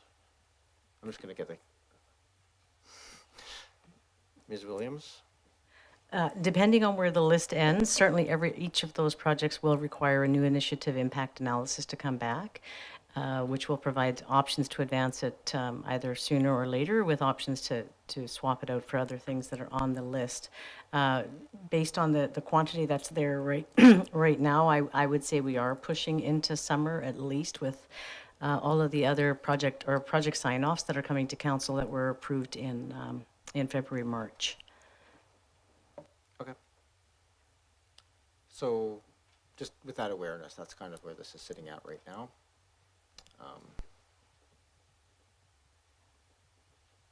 Okay, Councillor Green? There's no motion on the floor right now. This is just, I saw Ms. Bagnall was typing away at stuff and capturing notes, so I thought it might be worthwhile for us to have something like this to speak to if this is the will of council. Go ahead, Councillor Green. Well, speaking to the motion, I'm a little confused because I thought there is no motion right now. Oh, there is no motion. No. Okay, so I'm a little confused. I thought we talked about bringing this to a committee of the whole meeting for more fulsome discussion. So, excuse me, would that be a better option than trying to do this like this? It's really difficult, and I think I would feel better if we could do it in a different way. Just my commentary, but I think it's hard for staff as well, frankly. So I think we had said we would come back to a committee of the whole. That's what I think we should do, and thank you. Thank you, Councillor Green. I think the motion here is to bring this back, the balance of projects back to a future meeting, which would be a committee of the whole in all likelihood to go through this. So the question is, do we add some of these other projects in here as part of that conversation or not? I've heard around the table some really good arguments for at least contemplating some of these. I think I'd hate to not take the opportunity to at least explore them within the context of the broader piece. So That's why I'm speaking to a motion that's not on the floor either at this point. Mayor, I'd like to put this motion on the floor, please. Okay, so Councillor Braithwaite, you've moved the motion that's on the screen, seconded. Thank you. Is there any other discussion on this? Go ahead, Councillor Appleton. Thank you, Your Worship, and that was my that was my vision of what was presented here, was that this would arrive at a future committee of the whole meeting for future discussion when we can. Staff will have the time to be able to scope and at least come up with a rough order of magnitude cost for these items, and then council can have a debate around which ones can be included and which ones will fit within the funding envelope. And for my part, I think that the items 1, 2, and 3, that have already been moved by council are sort of the really big, things that need to be actioned immediately. And some of these components are also necessary, but I'm totally comfortable with the idea that this may arrive, later into the year. It's 5 years isn't an unlimited amount of time, but I'm comfortable with the idea of revisiting these components, potentially in the fall through a committee of the whole process, and having another discussion after we've implemented a whole bunch of the other things that we've got underway right now. So I'm completely comfortable with staff having a chunk of time to look at these additional components and coming back with an iterative process. Thank you, Your Worship. Thank you, Councillor Appleton. Councillor Braithwaite, you made the motion. Did you want to add anything to the conversation? No, I think enough has been said. Thank you. Okay.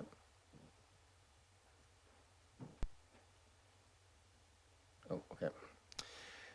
So slight changing of the wording there in terms of the, for clarity of the infrastructure for streetscape improvements related to the village area planning project that may be captured within the broader, village planning, but we'll just capture that for now as well. Okay, we have a motion on the floor. It probably will come back in the fall, it looks like, with this level, but as Councillor Appleton pointed out, that's probably not. So before I call a question on this, I just want to turn to staff.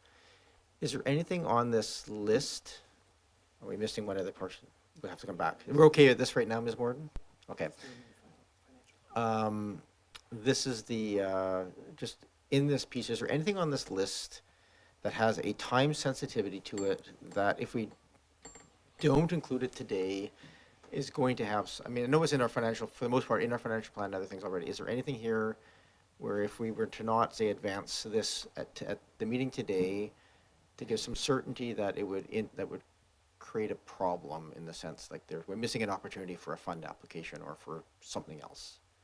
Ms. Morden?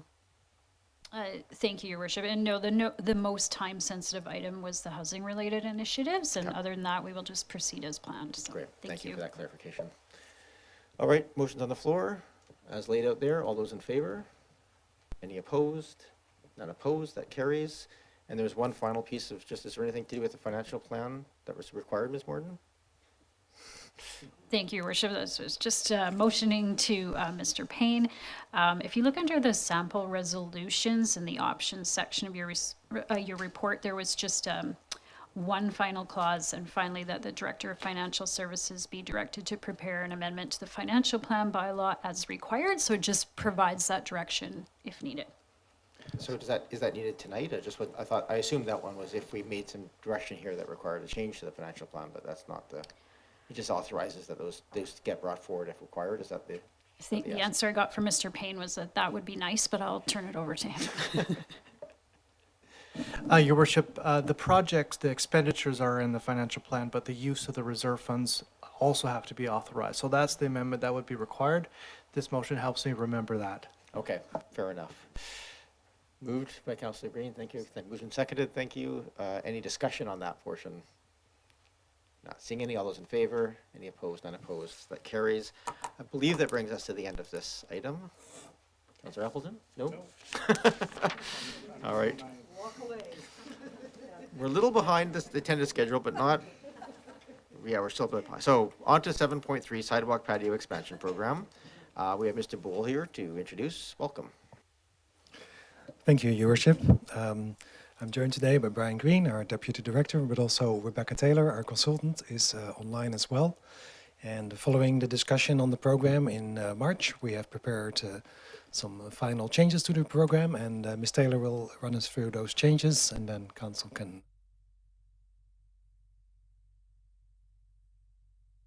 Thank you. welcome. Thank you very much. Based on the length of the meeting so far, I'm going to keep this presentation as short as possible. I'm just highlighting a few key items from the staff report, so we can move to the next slide. So this is the project overview slide. This Ms. is Taylor, the same one that was. Mr. Yes, Can I just ask that you speak a little bit louder or move a bit for closer to sure. the microphone? Thank you. Is that better? It's better. Yes, thank you. Okay, thank you for letting me know. So this is the same slides that was included in the presentation to the Committee of the Whole on March 28th. So basically just mentioning the purpose, that the patio program is to develop a new permitting system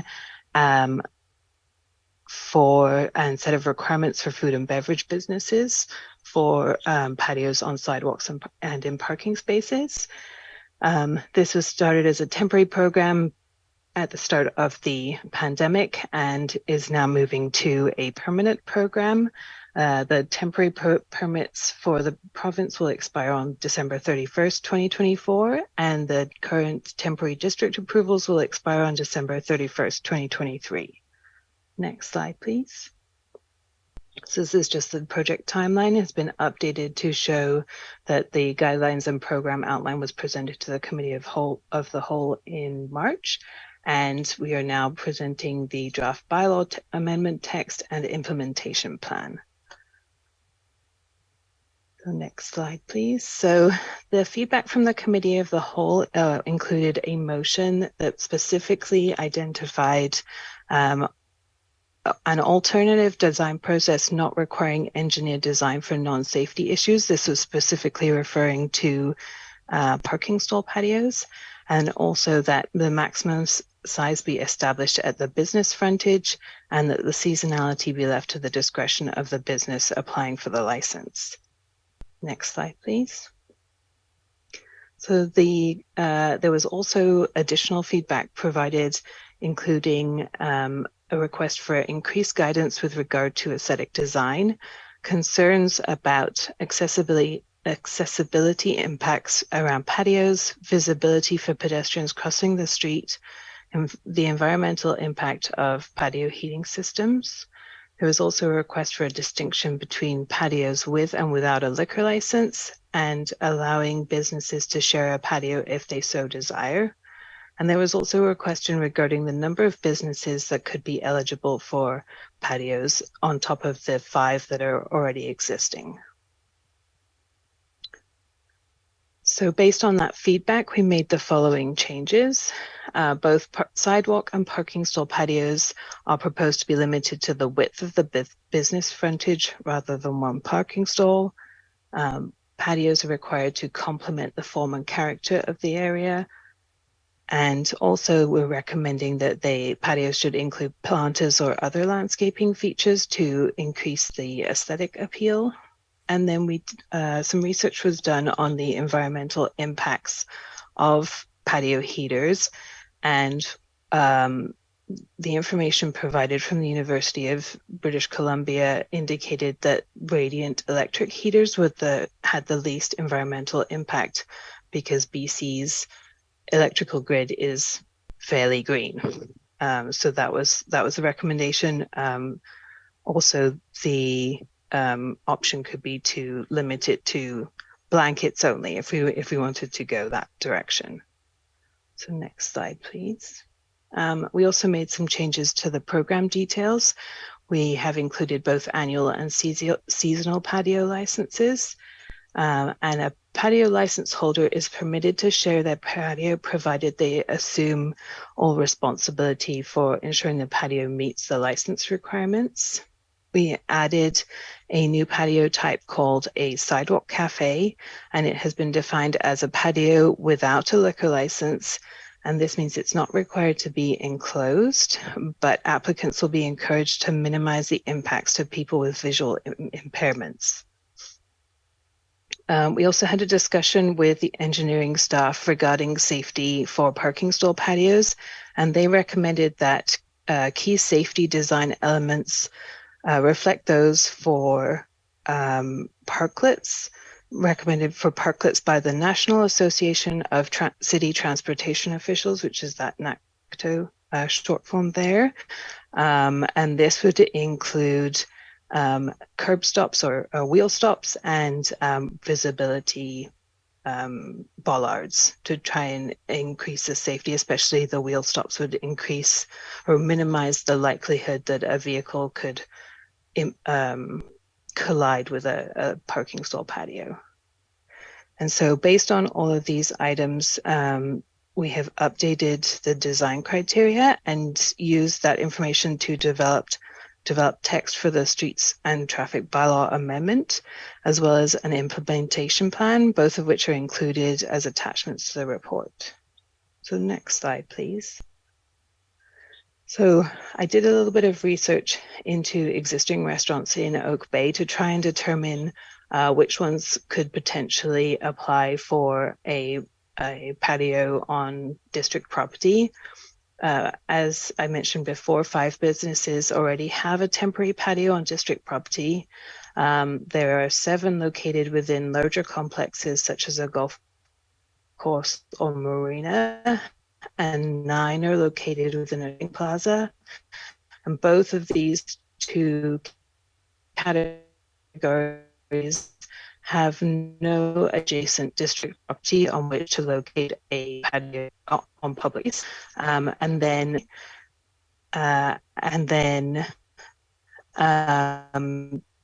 2 are in locations that could potentially have a property. So next slide, please. Included in the implementation are proposed fees. Staff are recommending a one-time application fee of $500, which would be approximately 50% of the anticipated staff costs, but this recognizes the public benefit of patios in Oak Bay. And then we're also recommending an annual license fee based on the size of the patio, which would help recoup increased maintenance costs and acknowledge the financial benefits of using district land that would be experienced by license holders. And you can see those proposed fees there. And they would be dependent on a seasonal or an annual license. And so the next slide, please. And so the next steps would be bringing an official or an amendment to the Streets and Traffic Bylaw back to Council for review or adoption, and then implementing the new program over the summer. And this would include transitioning the temporary patios to the new program, but that based on the new expiry date for temporary patios in Oak Bay, it would give the businesses time to make that transition maybe later in the season when they're not as busy. And that's the end of my presentation. So any questions? Thank you very much, Ms. Taylor. I'm going to go to the council for questions. Go ahead, Councillor Braithwaite. Thanks so much, Mayor. I do have 2 questions. Number 1, I'm having a little bit of difficulty with the patio heaters. I understand, of course, the environmental impact of a gas heater, but to my mind, the impact of would be minimal with gas heaters on patios. And I look at some of the businesses that have heating or patio heaters right now, and for them to replace with electric would be a cost to them, and also how they get the electric to those patio heaters could then become a tripping hazard or something like that. So that's one that I would really like to look at removing that requirement. And then my next question would be around whether there's an ability to expand past the business frontage if a business were to apply for something like that. So, for example, if there was a coffee shop that had a very small frontage, would they be able to apply for a larger space rather than just the frontage of their coffee shop? Why don't we deal with the second one first in terms of the questions? Is this, just for clarification, is the bylaw basically the staff level delegated authority, and then if people wish to change that, like to larger size, is that a variance process, or is that just not allowed at all under the bylaw? Mr. Bull? Through you, Mayor, that would be through an appeal process with council. I think the language you have in mind right now would be that either if the patio couldn't be approved under the guidelines or not renewed for whatever reason, then the business owner would like to basically seek a different way to go beyond some of the details of the bylaw, then it would go to council for consideration. That's the current language of how we set it up. So an appeal process, not a variance process attached, okay? And the second question was just around patio heaters, and it was probably more of a comment than a question, but I am curious based on that, as we have the majority of patios listed there on there are private, on-premise pieces, but are there currently any restrictions on heating types on private patios in Oak Bay? Mr. Bull? Mr. Mayor, not that I am aware of. No, currently we don't really touch patio requirements on site. This particular suggestion came about in follow-up to a discussion and a question. It's one of the options we thought was interesting because it added a little bit of a climate lens at the same time. We haven't reviewed in detail how much impact it has in terms of actual use. So it's a suggestion on our part, and we're open to hear from council if that's a good thing to keep in the program or perhaps to leave it out. Thank you. Okay, thank you. I think, did I answer your questions, Councillor Braithwaite? Yes, thank you very much. Okay, and I think procedurally, if people wish to make changes, we'd probably do first and second reading, and then take any motions at that point to make changes, and then that would go away. Staff would make any changes if that was passed, but any changes were approved by council, that would kind of come back for revisal of second or third reading and adoption at that point. So, Councillor Green. Thank you very much. Thank you for the presentation and the report. And through you to Mr. Bull. Mr. Bull, there is one location that has been the source of a number of complaints for traffic safety, pedestrian and cycling safety, and that is right at the corner, almost at the corner of Foul Bay Road and Oak Bay Avenue, formerly known as Blighty's Cafe, and I think it's the Tapas now, or something like that. Yeah. And I drove by there again yesterday just to have I drove slowly to have a really good look. And that particular patio configuration is definitely problematic and definitely a hazard. How will that be addressed through this, this new process, do you think? Or how will that be dealt with? What will you be looking to, will you be working with the owner, I guess, is my question. And it is the source of complaints. I see we have some more complaints about traffic issues at the intersection as well. So that's my question. Thank you. So staying away from any specific site, I think I don't think it's our table to say it's definitely a hazard or something, because at the end of the day, but Mr. Bull, from a process perspective with this, does that change the nature of what's allowed at that site, or does it change the sight lines? Or maybe if you're familiar enough with that particular site to understand what the impacts of these proposed changes would have to that site, that might be helpful for an illustrative example. Yeah, thank you, Mayor, and through you. For a new application, the new guidelines would apply, and we haven't really compared if that existing patio would squarely fit into the new guidelines. I think we would take another close look at it. In terms of existing patios, or even in the future approved patios that down the road might create concerns, there is a process in the proposed regulation to review, and it would be up to the Department of Engineering and Public Works. Mr. Robertson is available as well. He could maybe shed some light on what kind of considerations would weigh into this to determine if adjustments are needed. And because the current patios have been approved under a slightly different program, and I'm not entirely sure if there are clear differences between those, but for any of the existing patios to become a permanent one, there would be a new application process and review by staff to look at those kind of elements. Thank you. Thank you. Thank you. Other questions? Councillor Smart? Through you, Mayor, a question for planning. Just wanted to know if they were aware of any precedents in Greater Victoria of a patio in a parking space that has achieved electric heating, and if not, if what there was the vision for servicing electrical across the top of the sidewalk, like under, like how would you actually service electrical to a parking spot? Yeah, that's my question. I'll probably go to that to Ms. Taylor. Is that appropriate? Ms. Taylor? Thank you, Mayor. Through you, that isn't something that we have directly looked into. It was more research into the general environmental impacts of patio heaters, and the recommendation from the research done at the University of British Columbia was that radiant electric heaters would be best, or in the ideal situation, no heaters at all, because they are just heating the outside. But that is something we could do some research into and see if that is feasible. Okay, thank you. And my apologies. I did say earlier that this was we do first, second reading and make amendments. But of course, the bylaw is not in front of us here tonight, so it would just be for direction for clarification if these guidelines are sufficient at this point. Anything else, Councillor Smart? No.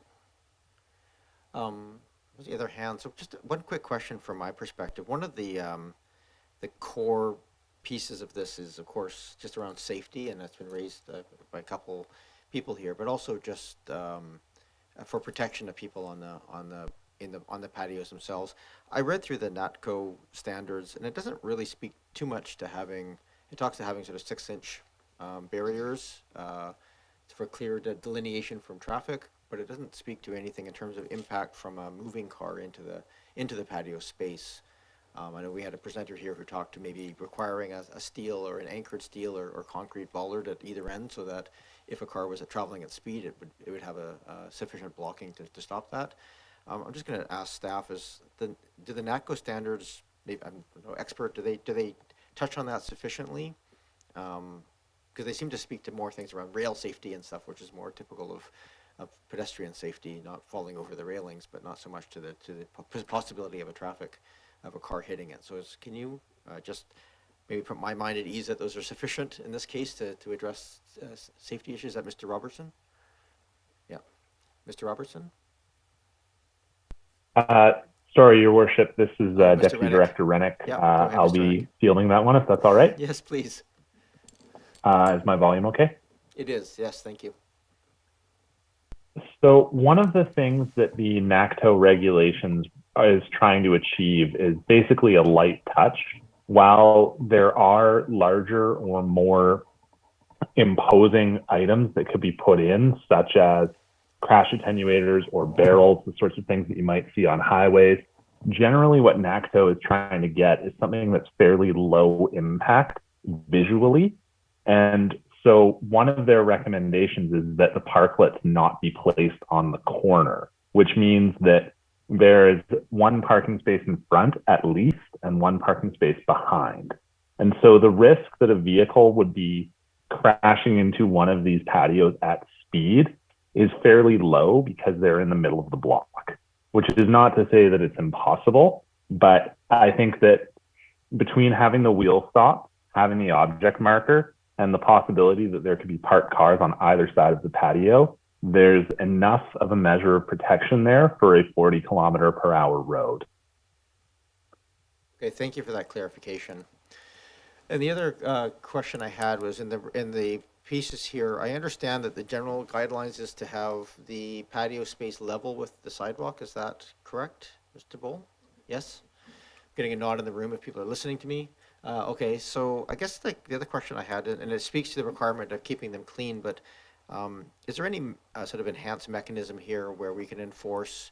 I guess my concern is there's a sort of a potential of an attractive nuisance for vermin and so forth. If there's a gap over a food-eating surface and then spaces underneath it, is there, I guess, mechanisms there to ensure that the patio owners are actually keeping it clean to a very high level to avoid any kind of attractive nature for vermin?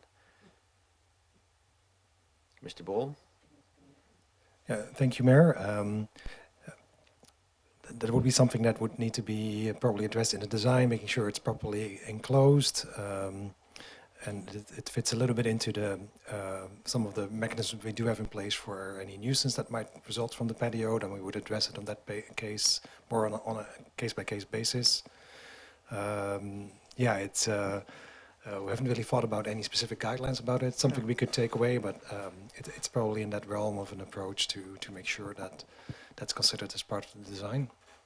Okay, thank you. Yeah, I think sometimes it's just the enforcement of sort of nuisance things are often difficult. So perhaps if it's made clear in the guidelines that it's a responsibility, it's sort of laid out to a degree in the report. So if that can be included in some way that it's very clear that the owners are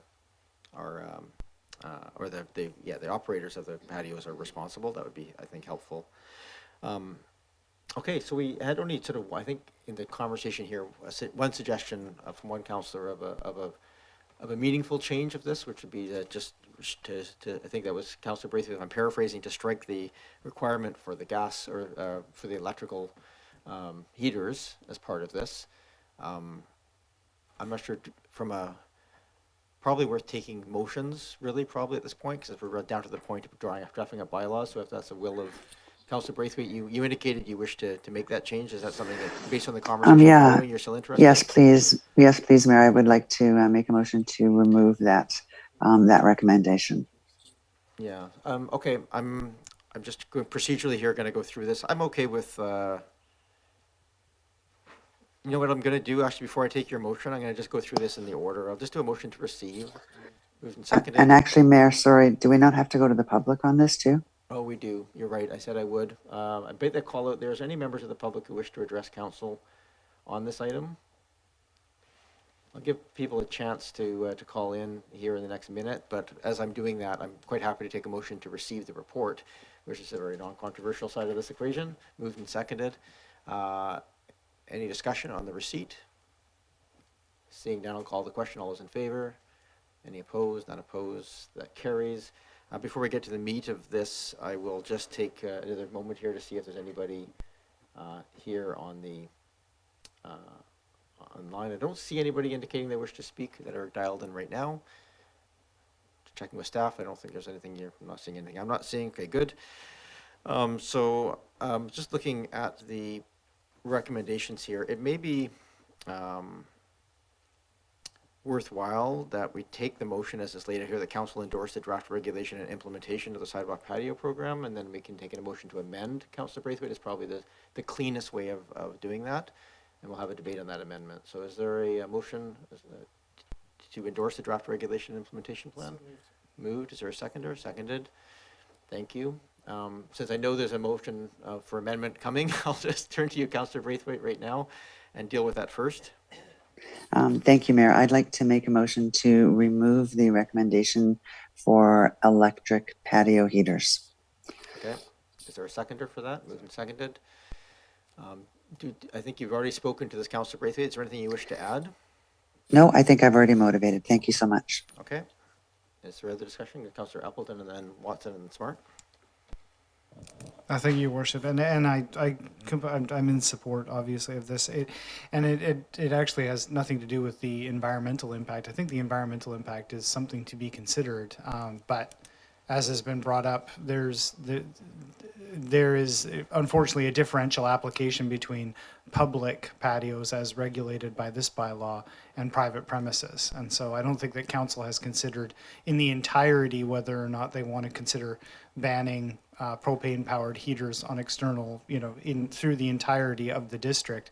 If we're not doing that, then this specification for private business owners who are using these types of spaces, it's a differential application of, essentially, it's a competitive disadvantage, essentially, or an impact to them that other businesses don't have to incur. So I see the environmental impact, but there is a disproportionate impact on businesses that have already invested in the infrastructure for propane as compared to other businesses that wouldn't be subject to this limitation. So I think it's entirely within council's purview to entertain the idea of limiting propane-powered patio heaters in the district overall as part of these types of businesses. But I don't think that we can do it on a case-by-case basis through this bylaw. Thank you, Your Worship. Thank you. Councillor Watson and Smart. Yes, I just want to follow up on Councillor Appleton's remark. I am going to also be supporting this motion to remove this requirement at the present time, because I don't think we understand enough of the implications of it. That's not to say that I don't think going forward it might be appropriate to look at our heating specifications for patios, both on private property and on public property.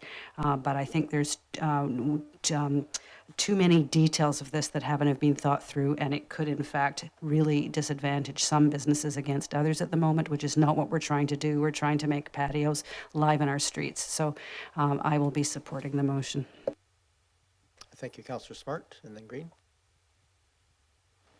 Yeah, well, I really do appreciate where this is coming from. I do agree it's overly complex, and that we don't have any feasibility of whether or not it's really possible. I was going to suggest that perhaps we look at only electric patio heaters for patios adjacent to buildings, but I'm really hearing what my colleagues are saying around the table, that we need to look at this in a more fulsome manner. So I will be supporting the motion. Councillor Green. Yes, thank you, and I appreciate the rationale behind the motion. I also appreciate, though, the fact that there are climate change issues, but in terms of gas heaters, both private and public, it isn't just propane, there is natural gas used as well, so it is complex. And I think really I think that would be overreach, in my opinion, to try and to regulate private as well. However, I wouldn't like to see the disappearance of the idea of the electric heater on patios. So could we have something that recommends either or? Because I think keeping the electric heater front and center gives owners an option, if they so choose. I'll turn to staff on that one. I think by being silent on it, it allows for either gas or electric heaters. Is that the scenario that's left remaining? So, thank you. So, okay, I'm hearing support for the motion, so I'm not seeing any other discussion. I'll call the question. All those in favor? Any opposed? None opposed. That carries. So the motion is to endorse draft regulations has been amended just to strike the requirement for gas, or to ban gas heaters. Is there anything else that people wish to see part of this? I think the other conversations around some of the smaller nuances, I think, are probably just taken for staff to contemplate as to how they get dealt with, as opposed to making resolutions. So, all right. So I'm going to call the question on the main motion then. All those in favor?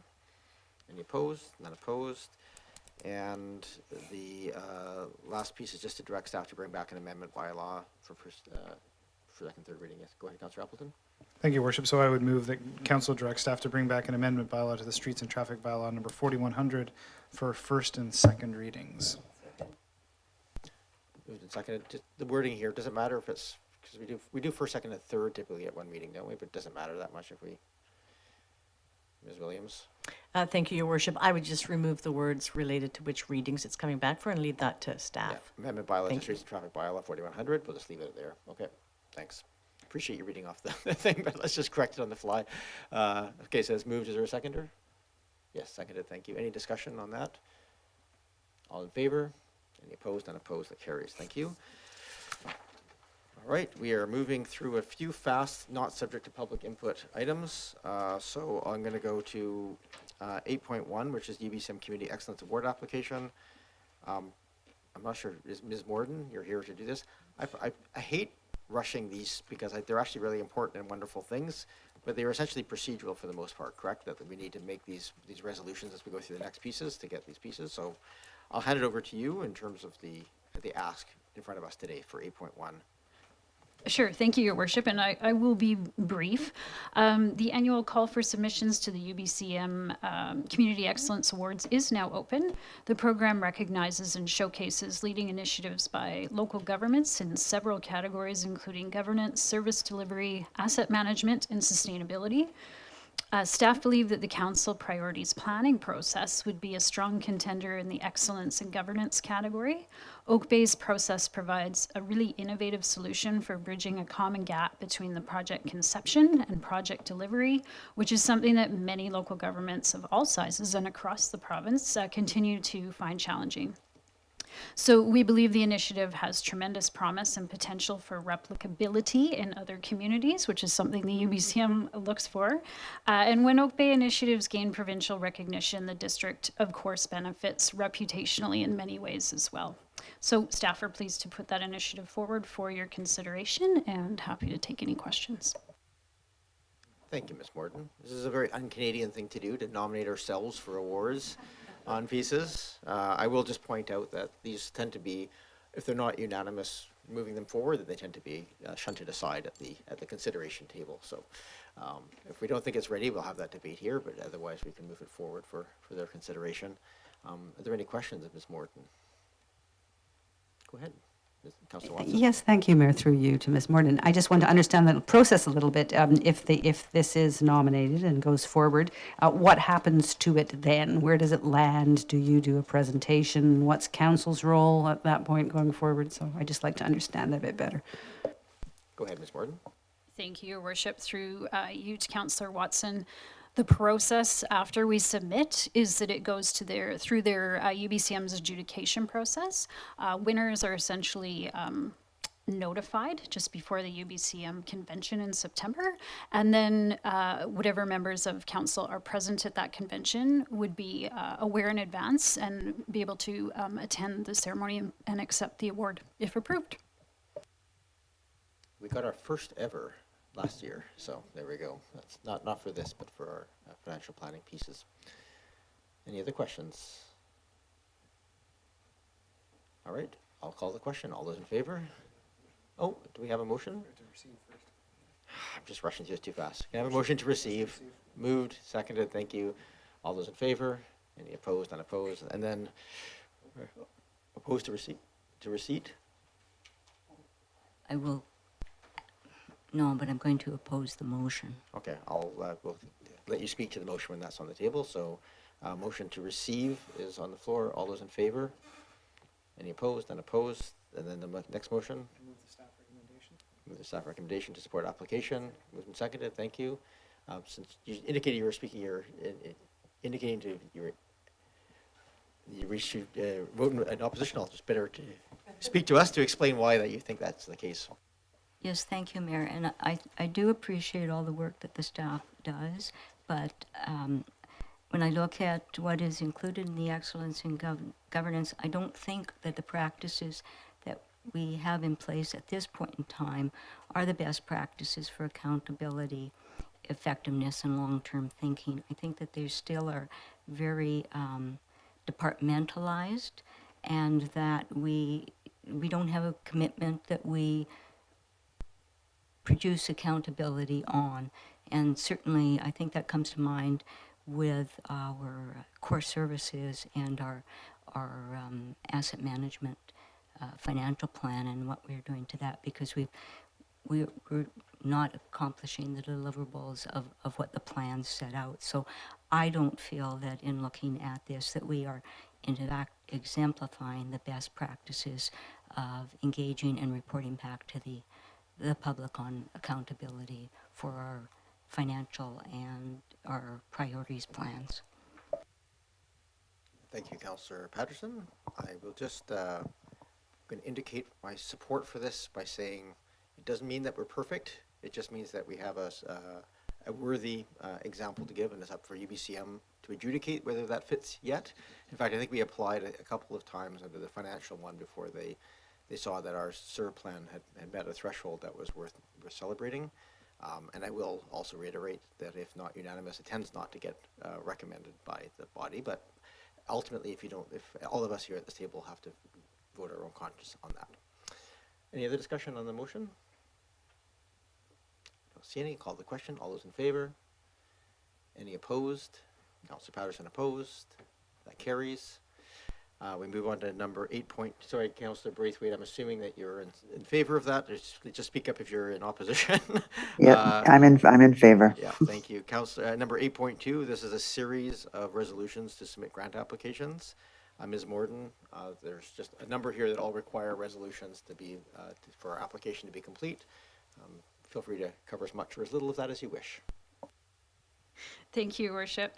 So the purpose of this report is to seek the requisite council solutions to apply for a series of grant programs, including the UBCM's Asset Management Planning Program and the Provincial Infrastructure Planning Grant Program, both of which would be to advance the first phases of the Comprehensive Asset Management Plan.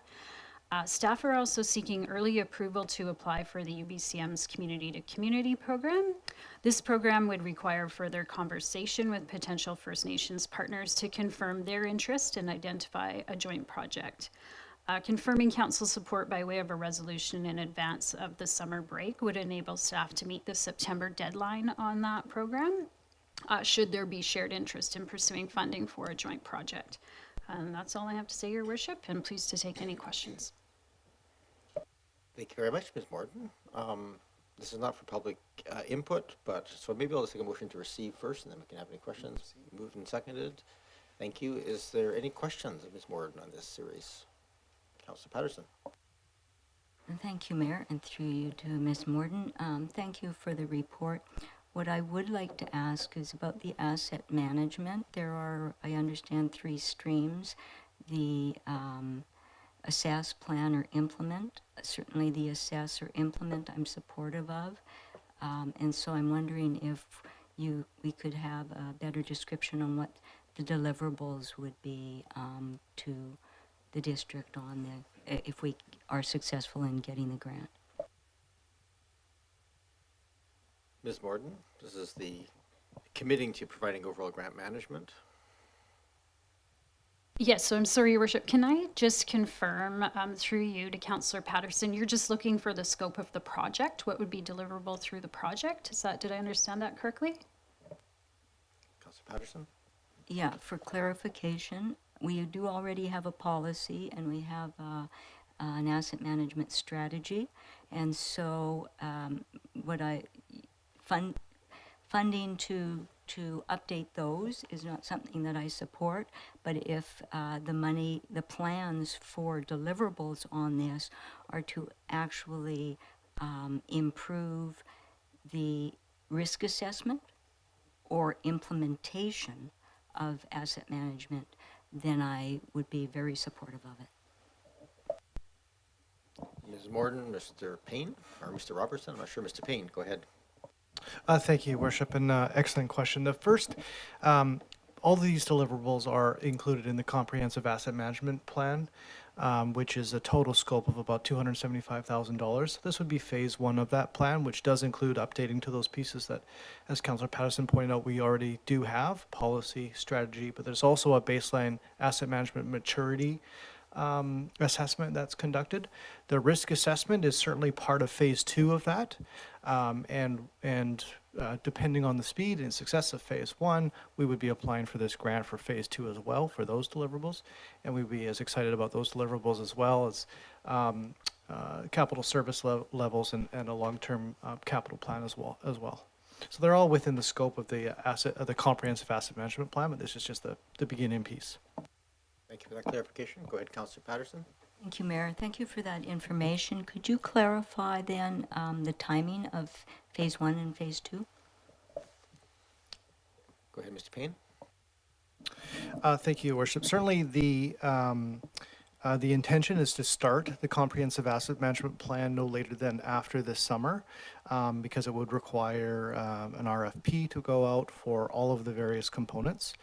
This phase 1 of the phase 1, which would be part of the grant, has to be done within a year in order for the grant to be retained, so that would happen.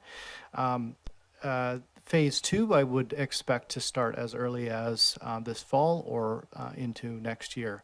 That would be our intention. Thank you for that. Anything else? Thank you. Any other questions related to these grant applications? Don't see any. Go ahead, Councillor Patterson. For the community-to-community grant program, I'm just wondering how this aligns with, we did apply for another grant program for the BYLAWS collaboration with Songhees Nation, and so I'm just wondering with this grant again, what are the deliverables? What are the outcomes that we hope to achieve. And I guess there are, can advance development of agreements or policies, joint review of policies. So just a little clarity on what are we hoping to implement if we get the grant money. Ms. Morden? Do you want to go to Ms. Williams? Go ahead, Oh, Ms. Morden. that's okay. I can take that one. I thought I saw Ms. Williams jumping for her microphone. So up to $10,000 would be for a community-to-community, council-to-council event of some sort. So it resembles the previous iteration of the community-to-community forum program, which actually only had events in its scope. This most recent intake is expanded to include up to an additional $10,000 to support more of a policy-based piece, but it would be subject to further conversation with potential First Nations partners to figure out if there's interest around that. Perhaps there's only interest in an event piece, so there would need to be more to come on that. Hey, Councillor Patterson. So thank you for that information. So hearing that, then does the grant application require any support from First Nations for what we're applying for, or is it solely up to the district to define what the grant will be used for? Ms. Morden. Thank you. Yes, so the district would be the lead applicant in articulating what the project would be, but certainly that would all come out of that conversation to identify whether there's interest, and if so, in what type of joint project would that be? So the district would take the lead in articulating that through an application, but there would be absolutely a collaboration around that to develop what that application would include. Thank you. Councillor Green. And through you to Ms. Morden. Ms. Morden, do we know if the grant application for the C2C, is it called C2C, or anyway, you know what I mean, the one you just mentioned, does it reflect the new environment and the new landscape in terms of First Nations relationships and truth and reconciliation? Do you know? And I'm just, you know, if you haven't seen it, then I totally understand. But I'm just wondering if it does reflect the new realities. Thank you. Ms. Morden. Thank you, Worship. I would say the Union of BC Municipalities is very well versed in that area, and certainly from what I've reviewed in the program guide that was actually just made available within the past few weeks, it is very current. Thank you. Thank you. Councillor Watson.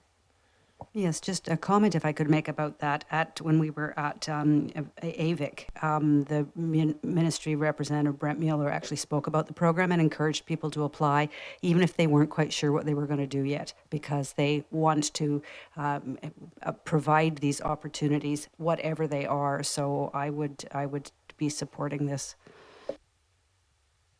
Great, thank you.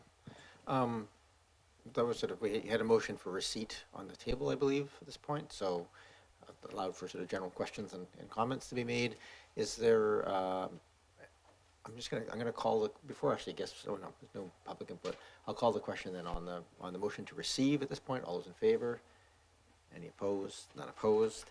I'm happy to move the recommendations 2, 3, and 4, which is to authorize all 3 of those grant applications together. Moved and seconded, thank you. Any other discussion? All those in favor? Any opposed? None opposed? Thank you very much. I just want to express my appreciation to Ms. Morden for all of your work in going through this. A lot of analysis required to see what we can or can't apply for, how it lines up with all of our priorities, how they align with other pieces. So we saw in depth in the report on the Growing Communities Fund, but this is going on daily, and I really appreciate this. It's really making an impact in our ability to successfully apply for some of these grants, so thank you for that. We have grant in aid applications here, and we have Ms. McCarron to provide us the introduction to this. It is 8:48 right now. We're scheduled to end at 9. I think I might just take a motion now so we don't have to interrupt this to end at 9. By my calculations, we are quite late. I would say probably 9:30 would be the most reasonable. Moved and seconded to extend the meeting to 9:30. Any discussion? All those in favor? Any opposed? None opposed? Now this is not the last item on the agenda. We have other big things to get to, so don't want to over spend on this one. I appreciate we have up on the screen here the allocations, the rough allocations of funding. So there we go. So just maybe, ooh, this is hard to see. Can we go to just the rounded average or calculated average? Yeah, rounded average on these pieces.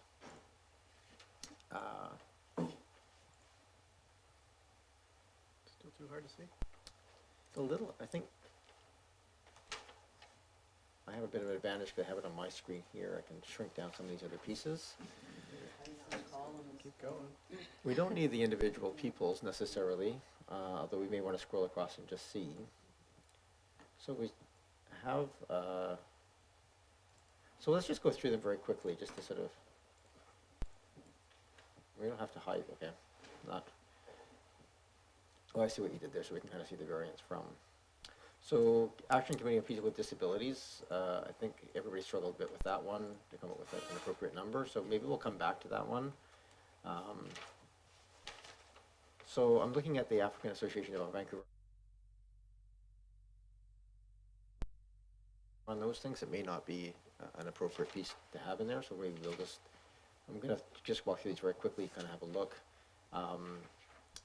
Capital Bike is very close to their ask, so maybe we can come back to that as a piece as well.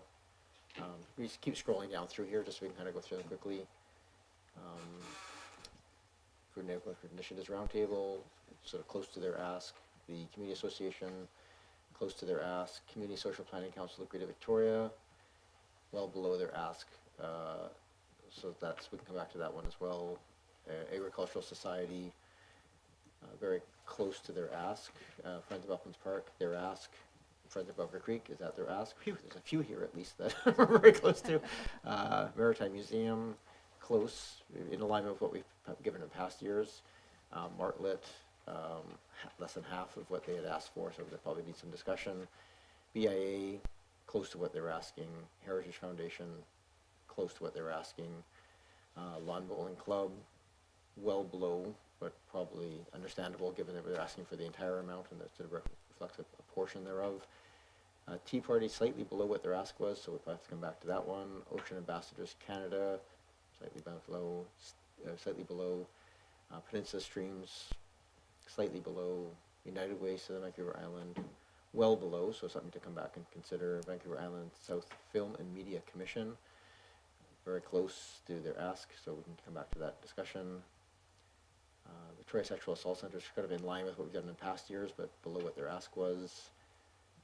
The need to, very close to what they asked for was, and then our reserves sit there. So can we scroll all the way down there to the bottom as to what we have? So on average, we've got about $9,400 still available to kind of bump around a little bit in terms of some of those numbers. Is that accurate? Oh, sorry. Sorry, CCBC. Yes, thank you, Mayor. I just want to mention that, yes, we did hold back 10% in the analysis, but on the agenda, you would see that there are 2 applicants for recurring grants that were asking for an increase. Right, so Chinese if you were Cemetery, to yes, grant okay. those, yes, it's more like 5,700 that we have over and above the averaged request. Okay. Thank you for that. So I'm going to go just back up here. So assuming we can reallocate that a little bit to speed things up along those lines. So no more than, say, let's say $5,000 we can kind of reallocate. Can we go back up to the top again? And we may need to... Mayor, may I just interrupt for one moment? Go ahead, Councillor. I just want to remind you that I have to recuse myself from 3 of these items. Right, thank you for that. So I'm going to go from the top down because that keeps you in the loop. So So this is a really big variance from the ask, and I think not surprising because it had limited amounts of direct correlation to Oak Bay. It was sort of a general ask for their support that we could use. So I might just ask that we expand out again the individuals so we can just, I'm not sure if you all have your individual submissions in front of you. I don't. To remind yourself what you put in there. Excuse me, are we on number 1? Yeah, the first one of the list. Yeah.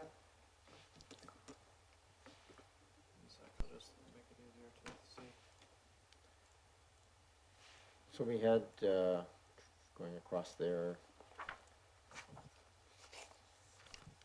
So I guess the question I have here is, do we wish to just keep the, that number around, what is the average? 1,900? Correct. Are we okay with that as an average? There's nobody there that has one very, very high that would, I think, argue for the full amount, and not many there that are significantly below that amount. So are we okay with the $1,900 on that piece? Looking around the table here. Councillor Mayor, Braithwaite? do you think we could perhaps just try and raise that to 2,000? We can. Yeah, we can, if that's the will of people here to do that sort of thing. Sometimes it just gets bogged down into making minor changes for those pieces, so I might not suggest it.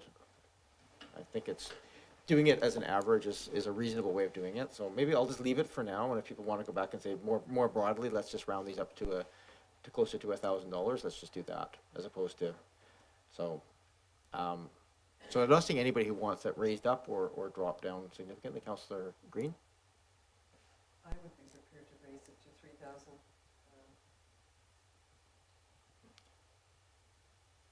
I think they gave a very, compelling, and given the province's recent legislation around. Can you please use your microphone? I'm sorry, Hazel. I'm sorry, Councillor Braithwaite. Excuse me. I'd be happy to see it at 3,000. I think they gave a fairly compelling presentation, and in view of the province's legislation around disabilities and accessibility, I think that I would be happy with 3,000 if others were. I don't think that's untoward. Thank you. I do. I'm just looking around the table here. It might be better for us to kind of just walk through these one at a time and then come back and take resolutions on each of them very quickly, just to see where they're at. So, because we're all in a fairly narrow band on these ones, so we can certainly go to the top of those bands if that's the requirement. But I just think we will use up that money very quickly on the piece of it. So better to, I think, consider them as a whole. So, but nobody's looking at, say, arguing 5,000 or 10,000 or 0. We're sort of okay in that band as I'm looking around the table here. So African Association of Vancouver Island. Oh, Councillor Appleton, you want to add something?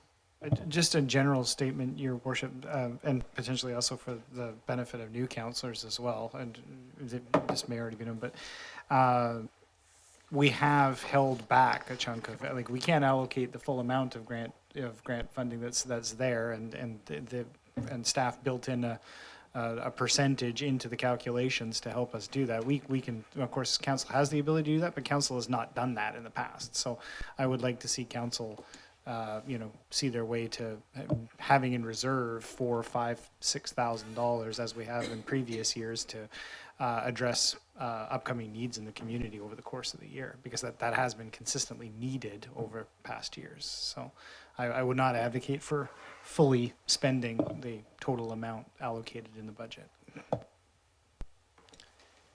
Thank you, Councillor Appleton.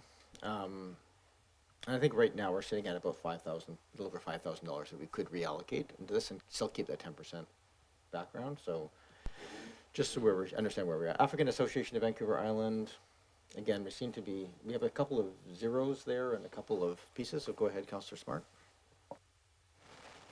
My comment was actually towards the last piece. I just wanted to say, as a new councillor, I struggled a lot with the request for operational fees, and I hope that communication piece can go out to some of these groups where what they do is amazing and they do deserve funding, but when it's in contrast with our grant policy, I hope that we can communicate that, especially for next year, that we need project-oriented work and that the amount funded was not based on the strength of their organization, but rather that it didn't comply with our policy.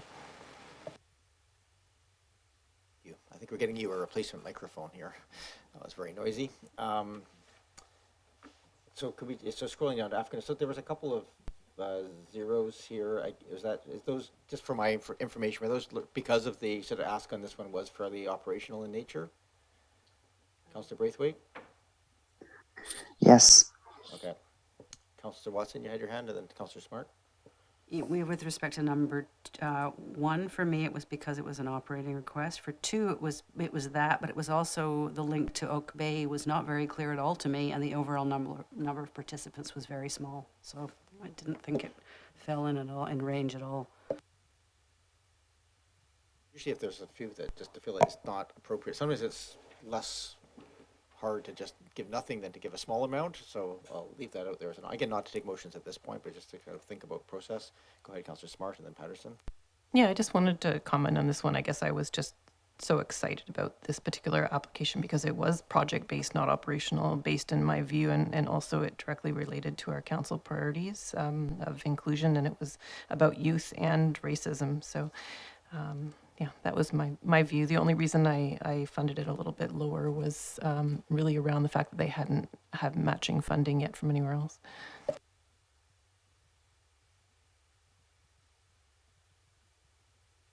By Councillor Smart. Okay, so Capital Bike. So there was just a couple. I think Councillor Green just had a lower numbers, or just maybe for our own edification, just clarification of why you felt it just deserved a little bit less this year. Because a lot of the funding goes to administration and salary costs, and I'm looking for direct delivery or project-oriented projects, so that's why. Thank you. Thank you for that clarification. Councillor Patterson? Mine, I will just back up too and say that number 2, the African Association, there are a couple of people on this list that I have directed to other grant funding streams that they would really qualify in. So that affected a little bit of what I put in here to try and balance it out. Capital Bike it was because, yes, they, a lot of their funding is operational in nature, and I think we've done a good job of funding their programs through the years, but I think some years they can offset these amounts themselves. Their revenue statements were pretty good. Thank you for that, Councillor Patterson. I think I gave a little bit less than asked. I do think that they provide useful things. I like the idea of the bike training pieces, although it's interesting that there's now already set go from CRD doing similar training, the bike rodeos that are going on that are doing similar training, and so I think at some point we have to consolidate what we're supporting on those things to make sure that there's not sort of duplication of work. But I think okay, so thank you for that feedback. I do think they do, they do directly help raise awareness and excitement around cycling in the community. So as they have certainly the $1,500 that funds the station out front of the municipal hall, I think is really valuable. So moving on to Capital Regional Food and Agriculture, initial roundtable, that is very close to their ask was 500, I think. Councillor Watson, you just had one on there that you kind of brought down the average of that one. Do you mind if do you remember the logic behind the? Yeah, thank you. My comment was just, although it's a small request, it's not clear about the plans or benefits. I just didn't see it as a strong, even though it was a small amount of money, I wasn't quite sure what it was going to do. Fair enough. I think I struggled with the same. Oh, I did in fact struggle with the same thing. I didn't see the direct benefit of this as they were holding a roundtable and inviting people to it, and what that did for Oak Bay, I didn't see the point of there, but fair enough. Any other discussion on the roundtable? May I get the Community Association of Oak Bay? So their ask was 3,000. Their prior amounts were closer to 1,500. They were so we seem to be closer to the 3,000 end of that scale, and no dramatic shifts on that from pieces, so I think I had funded them at the historical, but I don't have any objection to having it higher, so. Okay, Community Social Planning Council of Greater Victoria.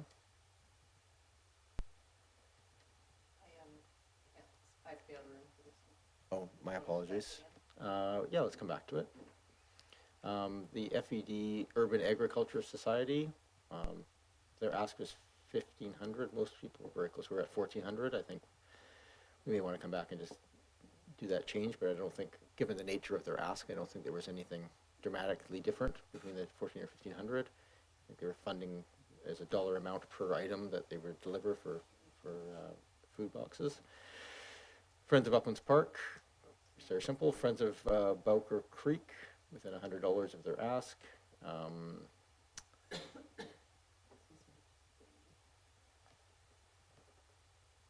And again, I'm fine with just rounding it up to 2,500. That was, I tried to keep a bit of extra money that we could allocate as a group, so I under-allocated. So I'm happy for that to go back to 2,500. Maritime Museum, I think 1,500 is a reasonable average of the pieces that are there. Martlet, they asked for, I think it was 2,000, so we're at 800 there. Any discussion on that? Go ahead, Councillor Smart. I'll just comment that I thought fantastic, another project coming forward about youth in our community, and I love the fact that they tied it back in, that they would actually bring information and engage with council, and it was around climate change, and I felt it hit so many of our priorities and involved youth in a way that was a quite small financial impact compared to that if we brought forward a project and when it comes directly from youth, you're going to have the buy-in.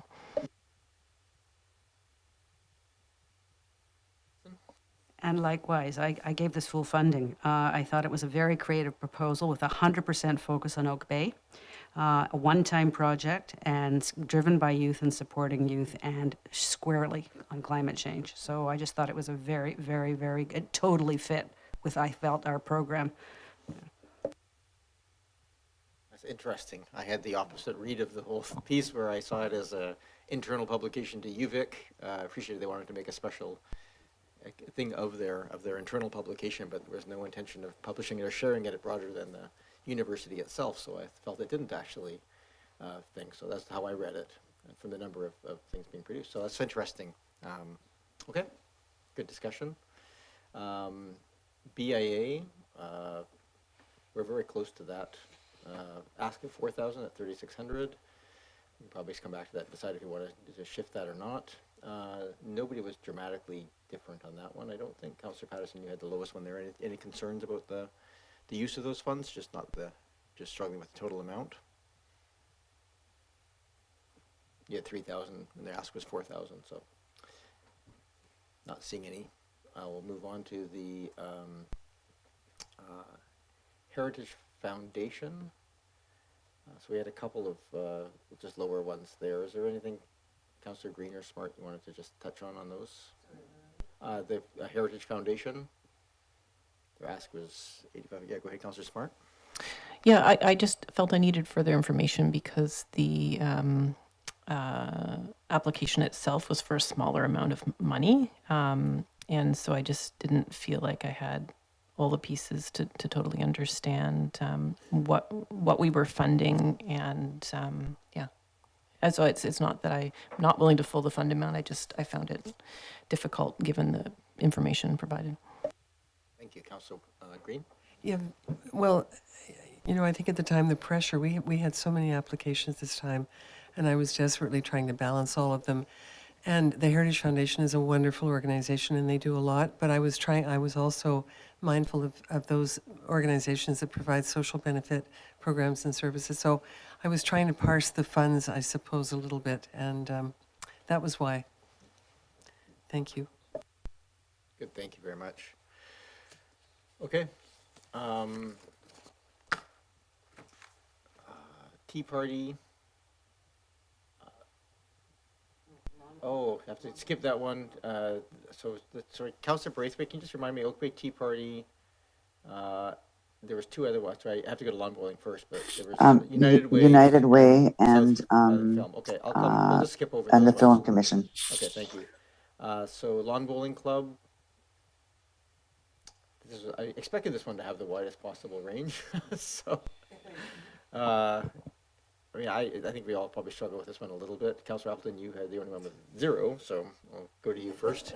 Yeah, thank you, Your Worship, and it gave me no pleasure to do so. I think, there's been a number of years of I guess you would call capital improvements or improvements to the lawn bowling property, and I don't deny that they're useful. In this particular case, this seems to me to be a very they've made a case for a benefit, but I don't see this as an expansion, essentially, of services offered to the community. It's an upgrade of the existing lighting system, but I'm not convinced about how that benefits the community by additional services or additional expansion of services. It's an improvement on the existing system, so it's challenging. I think that I don't necessarily not support funding it funding the lawn bowling club in some way. I similarly, there's a lot of competing interests this time, a lot of applications. This is one that's very operational in nature, very facilities oriented. And so while I understand that it's necessary, it's there's been a number of years of asks of this type, and I think this may be a year where we might not be able to support that. Thank you for that. Councillor Braithwaite, you had the largest amount, so do you want to make any comment? Yeah, I actually consider it a bit of a community amenity, and I think that it's something that's an asset for the council, and so that's why I want to ensure that we take care of our asset. Okay, thank you. I'm going to skip Tea Party. Go to Ocean Ambassadors Canada. Their ask was 3,000. We're at 2,400. Nobody was wildly differentiating here, just sort of lesser or more of those pieces. Does anybody wish to speak to this item? Go ahead, Councillor Watson. Yes, I'd like to speak to it. Thank you, Mayor. I would love to see it get fully funded. They had identified exactly how many premises they were going to go to, and they knew how much time it was going to take them to deliver that service. And it would be lovely to see them be able to do the whole thing. And so I'm just going to make a pitch to my fellow councillors to fully fund it. I thought it was an excellent proposal that spoke to all our grant requirements. I'm just going to go to Councillor Green because you had a lower amount on that one. So go ahead. I'd be willing to raise it. I mean, I think they are tremendous. They're kind of the Coolkit of the ocean, and they provide tremendous follow through and all the rest of it. So I would certainly raise it to the full amount. Okay, I'm going to come back to that. And then we have Peninsula Stream Society. Again, their ask was 5,000. We're at 4,300. I don't know if there's any. Nobody was way off on that one, I don't think. Councillor Upton, you had a little bit less for this one, which is just, I think, this is really for a concert, as I recall. Is that the one I'm thinking of? No, that's Friends of Bowker Creek. Friends of Bowker Creek, that's right. Sorry, go ahead on this one, the Peninsula Stream Society. Again, just competing priorities, Your Worship. I don't doubt that Peninsula Streams is applying effort to Oak Bay specifically, because I know they support the Friends of Bowker Creek, but their operation is more broad, almost by definition and by name. They sort of take the entire area, so they do have an impact clearly in Oak Bay. So I wouldn't want to see them go completely without funding, but I think again this is not a commentary on the importance of their organization, just competing priorities. Okay, thank you. And then Victoria Sexual Assault Center. I can scroll down to that one. We have $2,000, all pretty consistent across the board there in terms of as high as 4, as low as 1 on that. This is one I think everybody agrees they need to be funded, and every year we agree it's not the right jurisdiction to fund them in. So I think that spectrum kind of amplifies that piece. Councillor Watson, or Smart, sorry, do you want to add anything? Yeah, this is one of those ones where it's such a great organization, they need to be funded, but just doesn't fit within our policy. So I just hope that can be communicated. We have the need to ask here. So this is for suicide consultation within the schools, which is a shift from what they used to do, which is the helpline. So we're very close to their actual ask, I think, on this one of 1,800 to 1,600. So we can nobody's way off on those, just slight variations of approval. So before we ask people to leave on these ones, because I think the other ones probably just, we can deal with. Can we go back up to the top again? I'm just going to make some suggestions here on some of these. I think I'm going to skip the rounding ones and just sort of get to some of the sort of pieces. So, well, actually, can we just look at the impact if we just sort of go through here? If I take sort of the comments I've heard around the table and see what the impact is without losing what the original was, is that possible? So if we, I'm just going to make some suggestions as we go through here to kind of speed this up a little bit. If we take the rounded average, thank you, of say, make that 2,000, make the next one 1,000, leave the next one at 3,200 for now. That ask was, so the Regional Food and Agriculture Initiatives Roundtable, I think we just leave that one at 300 for now. The Community Association of Oak Bay, make it 3,000. Community Social Planning Council, leave it 2,500. Oh, sorry, right, my apologies, we'll come back to that one. That's why it was I couldn't remember the conversation because that was it. The Fed Urban Agricultural Society, this one I'm going to suggest we make 1,500 because it was tied to specific sort of rounded numbers, I think $300 each, so if that's amenable. Friends of Uplands Park, 2,500.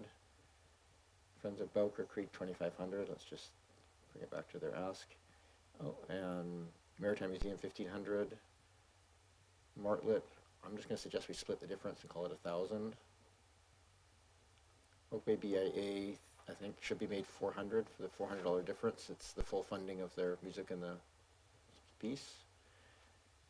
Heritage Foundation, I'm going to suggest I think we have enough room here to do all this. So I'm just going to test this by going through here, see if we can. Just put it back to 8,500. Lawn Bowling Club, I think leave it at 4,500.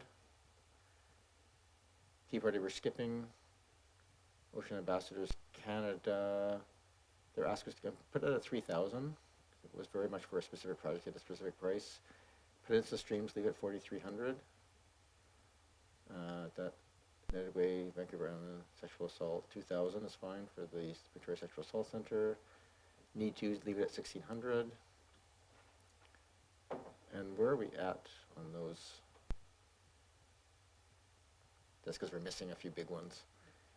So can I just ask maybe Councillor Smart if you can just step up very quickly and we'll go back up to the, where are we at here? Community Social Planning Council.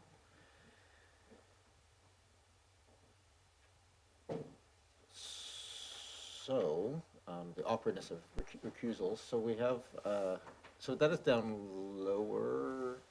Oh, because it was excluded on this one, that's fine. So, Community Social Planning Council, 2,500. What was the ask on that? Was it 5,000? Okay. Does the zero from on the abstentions, does that impact the average, or is that, it does not? Yes, it was 6, perfect. And then, sorry, Councillor Braithwaite, you had the only really low number on there. Yeah, and the reason for that, Mayor, is that I know that this particular group gets funded quite heavily through the government and through organizations like United Way, etc. And so I just felt that it didn't fit within what I was looking for allocation of the funds through Oak Bay. Okay. Oh, that's for 10,000. Yeah, I'm sorry, you asked for 10,000. So we're sitting right now at 2,500. I think this is one of those ones that actually there's a fair bit of consistency of significantly lower amount than they asked for. And it's an interesting one because we're using them and partnering them on a bunch of projects. But it's odd that we're also funding, but that's not the mechanism by which they're funded. They're funded through other external grants in which we're participating in. So They also provide critical housing compensation. yes, and they're funded, yeah, and yeah. Okay, I mean, if people want to make an argument here for more, this is a chance to do it. Right now, we have an average of the asks here of 2,500. Go ahead, Councillor Watson. Yeah, I'll just, thank you, Mayor. I'll just share my rationale. I suggested that we give them half of their request, and although this is an operating request, so I'm breaking my own rules here, their support for Oak Bay residents in the rent bank is 4% of the rent bank loans. So I do think we have a responsibility to that program for our own community, and that was why I, in spite of the fact that it was really an operating request, I thought that meeting half of their ask was a reasonable response. Councillor Green? I also allocated them half of their request, and I did so for similar reasons, but also because we've attended some of their workshops, and they've attended here to talk to us. So I think they perform a really vital and important service at the moment and program. Thank you. I mean, I'm not inclined to shift my allocation of that. I hear that. It's so operational. It's just, we do this work and we want you to fund part of it, and it's just outside of, it's kind of like the need to suicide, the sexual assault center. It's the same sort of ballywick of pieces. So for me, I think, providing them some money is reasonable, but unless there's a general strong feeling here that we should shift it. Go ahead, Councillor Green. It's very difficult to separate operational versus project-based. I find it difficult with these kinds of organizations because they do have an overall social purpose, and I just feel that we can cut them a bit of slack. I mean, they do really good work on the ground. So. Yeah. Well, my feeling of this one is the amount listed is not great in terms of helping them, but I also think it's probably should be made clear, as Councillor Smart had said, that this was one of those ones that just is really operational needs, and it's not specific to Oak Bay. It's not an Oak Bay organization. They do provide services here, so some nod to that effect. I'm going to look for, there's a motion to suggest we change that amount, the average, from 2,500 to more. I'll take it.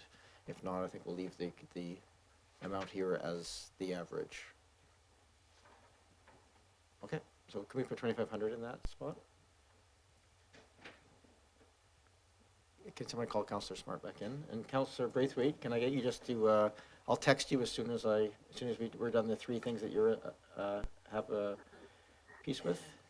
Yes, if you can WhatsApp me, that would be good. I'll do that, or we will do that.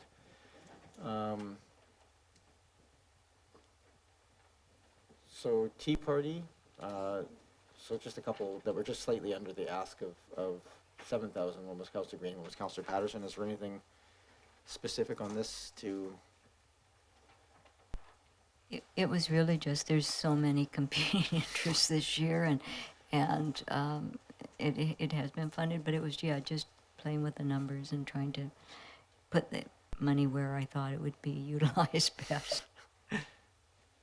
Same. I'm going to suggest we just shift this to 6,000 to 7,000 that they asked for, and if we need to cut it back again at the end of this, we can maybe come back to that one. But I think we're okay to kind of provide them their expectations on this. It's a relatively small amount of money for all the volunteer stuff that goes on there. The Ocean Ambassadors were at 3,000. I think we decided that, we already did that. So down to United Way Southern Vancouver Island. I really have a hard time with this one. You, Councillor Green, you put a fair amount of money in here that brought the average up.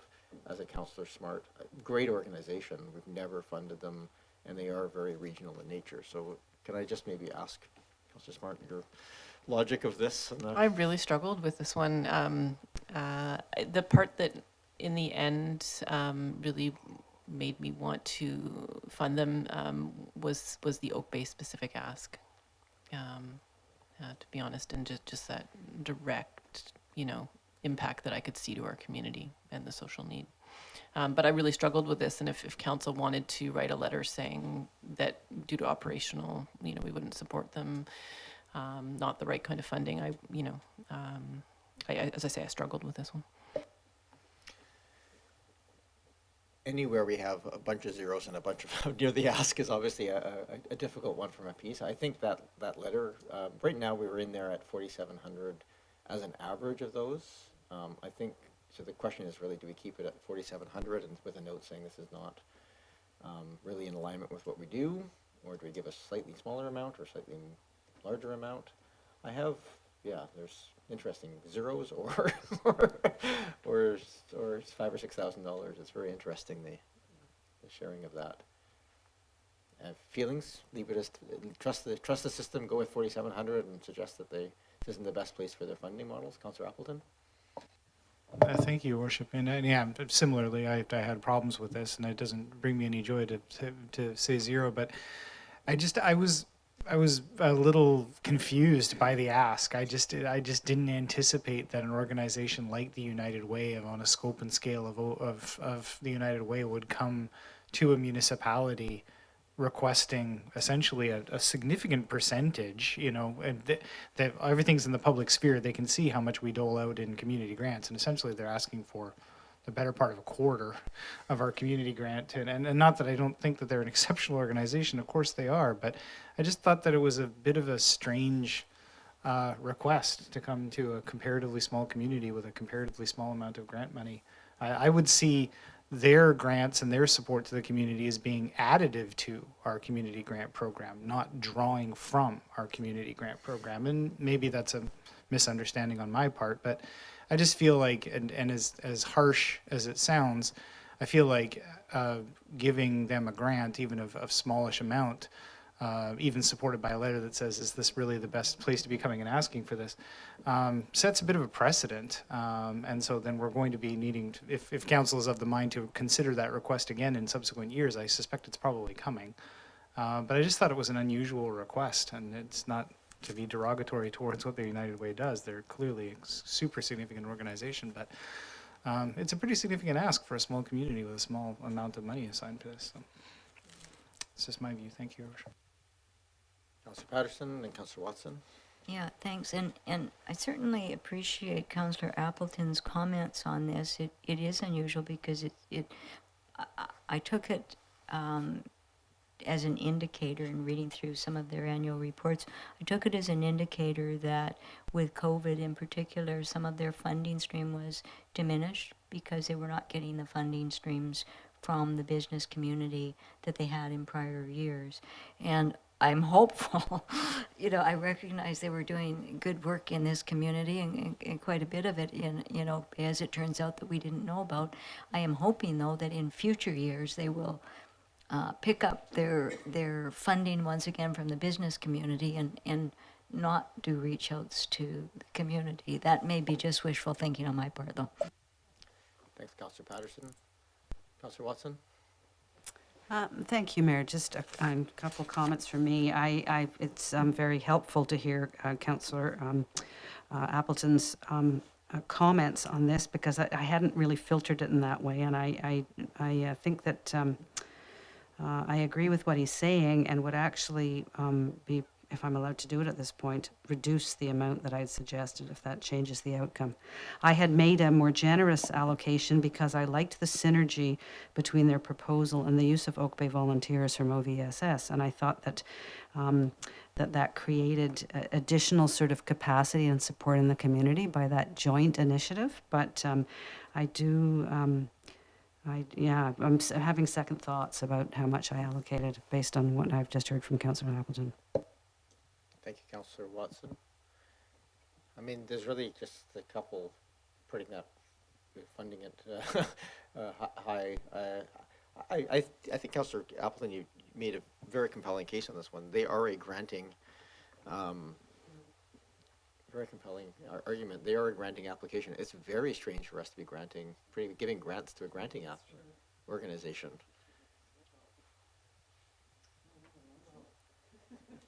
Well, no, we'll take a motion for the whole. I'm just going to read the table here. Just looking around the table, should we just change that to 0 for now?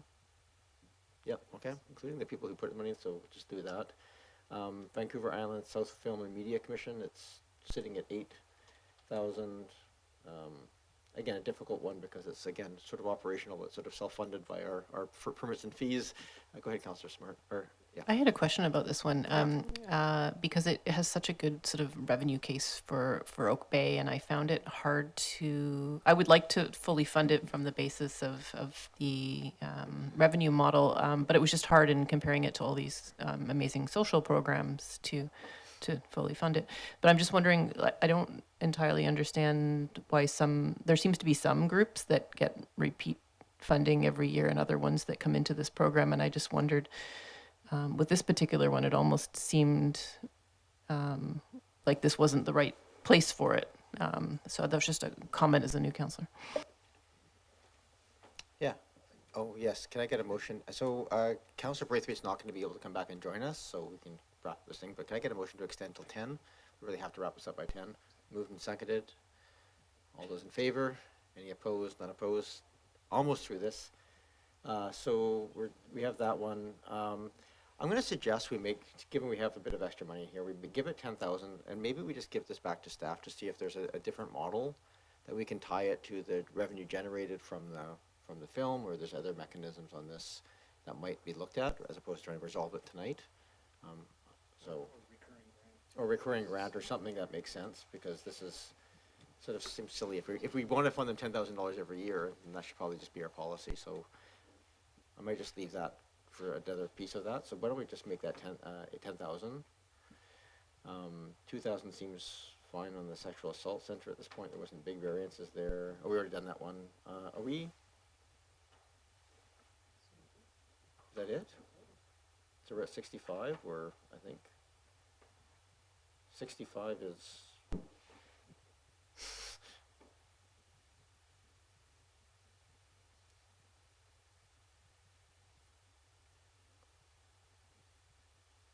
You need to put the 7,500 in there as well, I think, for the.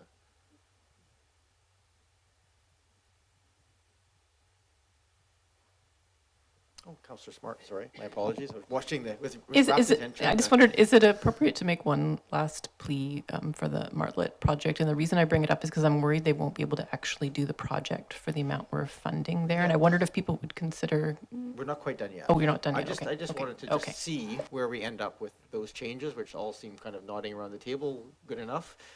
So we're actually still have a little over $4,000 left. Is that how I'm reading that?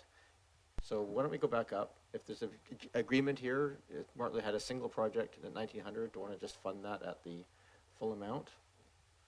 I find it a weird one personally, but it's not a large amount of money, and it would give them the full project that they're asking for. It's a one and done. Are we okay with that? Good plea. Can we go back to Martlet and just provide that 1,900 change? Done. Can we just really quickly go back and scroll through this list so that we're all understanding what we're looking at here? What's that? I just got a text from Councillor Braithwaite. She's not coming back in.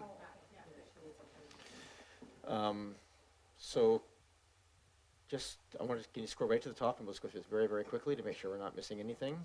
So we're looking at disabilities 2,000, African Association 1,000, Capital Bike 3,200, Regional Initiative 300, Community Association of Oak Bay 3,000, Community Social Planning Council Greater Victoria 2,500, Fed 1,500, Friends of Uplands Park 2,500, Friends of Bowker Creek 2,500, Maritime Museum 1,500, Martlet 1,900, Oak Bay BIA 4,000, Oak Bay Heritage 8,500, Lawn Bowling 4,500, Oak Bay Tea Party 7, Ocean Ambassadors 3,000, Peninsula Streams 4,300, United Way nothing, South Vancouver Island, South Island Media Commission 10,000, Sexual Assault Center 2,000, late Need to 1,600, and then there's two late ones that are also included in there at the bottom, which is the Chinese Benevolent Association's cemetery, and I forget the other one, but they were both Oak Bay volunteers. Thank you. We're within our bounds. We have a little bit of money left over. Hopefully there's some more exciting little activities that people come forward with. Go ahead, Councillor Green. I was hoping that maybe we could consider lifting the amount for the Victoria Sexual Assault Center. They do really, really strong work. Can you scroll back up to that on the screen? It's at the bottom. Is it? Yeah, near the bottom. It's not on the screen right now. I'm just asking her to roll up so we can. Oh, I see see. it. Yep. Yeah. So I would hope that we could lift that amount. They're vital in our society. They do vital work for women and girls, especially, and domestic violence. I mean, it's really important work. So It might just take, if you want to make a motion to change it, that might be the easiest. Well, I've done this all sort of through looking around the table. Councillor Appleton, you can make a comment? Yeah, thank you, Your Worship. I don't disagree. I think that I absolutely don't disagree. I think one of the challenges we've had with this specific, this specific ask is wanting to support, but also communicating that in the long term, this isn't this isn't a municipal responsibility that should be fully funded by other levels of government. And so the extent, I guess you can say the extent to which we're trying to communicate that we want to support, but also want to communicate that, we have an expectation that senior levels of government fully fund this. I think that's been our standard in previous years, is to contribute some funding, but not all, so. Go ahead. I'm comfortable with the numbers where they are. I think for the same reasons. This is one of those ones we've pretty consistently messaged that it's a wonderful service, but not our job to be providing health service funding at this level of government. It's just not our piece, and it's awkward because there's millions of dollars of demand for these kind of really good services out there. So I'm okay with a small amount, and again, messaging that it is not. Yeah. Go ahead, Councillor Reid. I have to say I am disappointed, because for as long as I've been sitting at this table and for as long as I've lived in Oak Bay, we've said every year it's not our responsibility, but we'll do it anyway. It's somebody else's. And honestly, these groups rely heavily on small grants like these just to keep going. I can guarantee the government will probably not pick up this service anytime soon. So I see it as a local responsibility. I really do. So that's all. Thanks. Thank you for that, Councillor Green. Go ahead, Councillor Patterson. Yes, Mayor, and I do feel about this somewhat the same as Councillor Green, but I tempered it a little bit this year because I know that many of the municipalities, the CRD, certainly a Family Court, Youth Justice Committee, all lobbied successfully to get secure funding for Victoria's Sexual Assault Center, and we're trying to get more stabilized funding. As I said too, I have, through different lists, I've contacted at least 3 or 4 of the agencies that are on here, because there are other funding streams that they can get into and they could secure the dollars. So that's my reason for kind of letting this one go a bit. But I agree, they do very important service, and a lot of their clients come from Oak Bay. Thank you. Any other discussion? Councillor Appleton? Your Worship, I think it's an important conversation. I think in this context, and because there are some funds still yet to be allocated here, then I would make a motion to increase this to $3,000. Well, I'm not going to.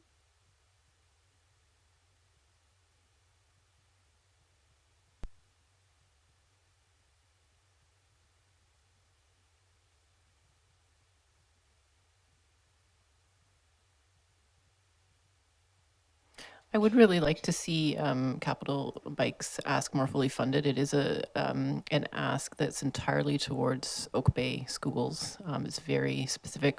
And I know in the past other people have offered the program, but this year they're offering it. And I do know that they have in the past been told not to request funding for other things from Oak Bay, like the celebration stations and stuff like that. So they have very specifically, my understanding is asked for things that they hope will be funded. With our active transportation priorities, I would really like to see us show that in our grants too, and move that up to say 4,000. Willingness to move that to 4,000? Yeah, we're all good. Okay, change that to 4,000. I just want to flag that because somebody on their board made that comment. I don't believe we've ever had an ask for celebration station funding that we've ever turned down. I don't know where that perception came from on that board member, but it's wrong, frankly, and I don't know where it's sort of floating around out there, and it's weird. In fact, I can't think of much in the way of asks that we've had from that haven't been approved, so I just want to throw it in there. Go ahead, Councillor Appleton.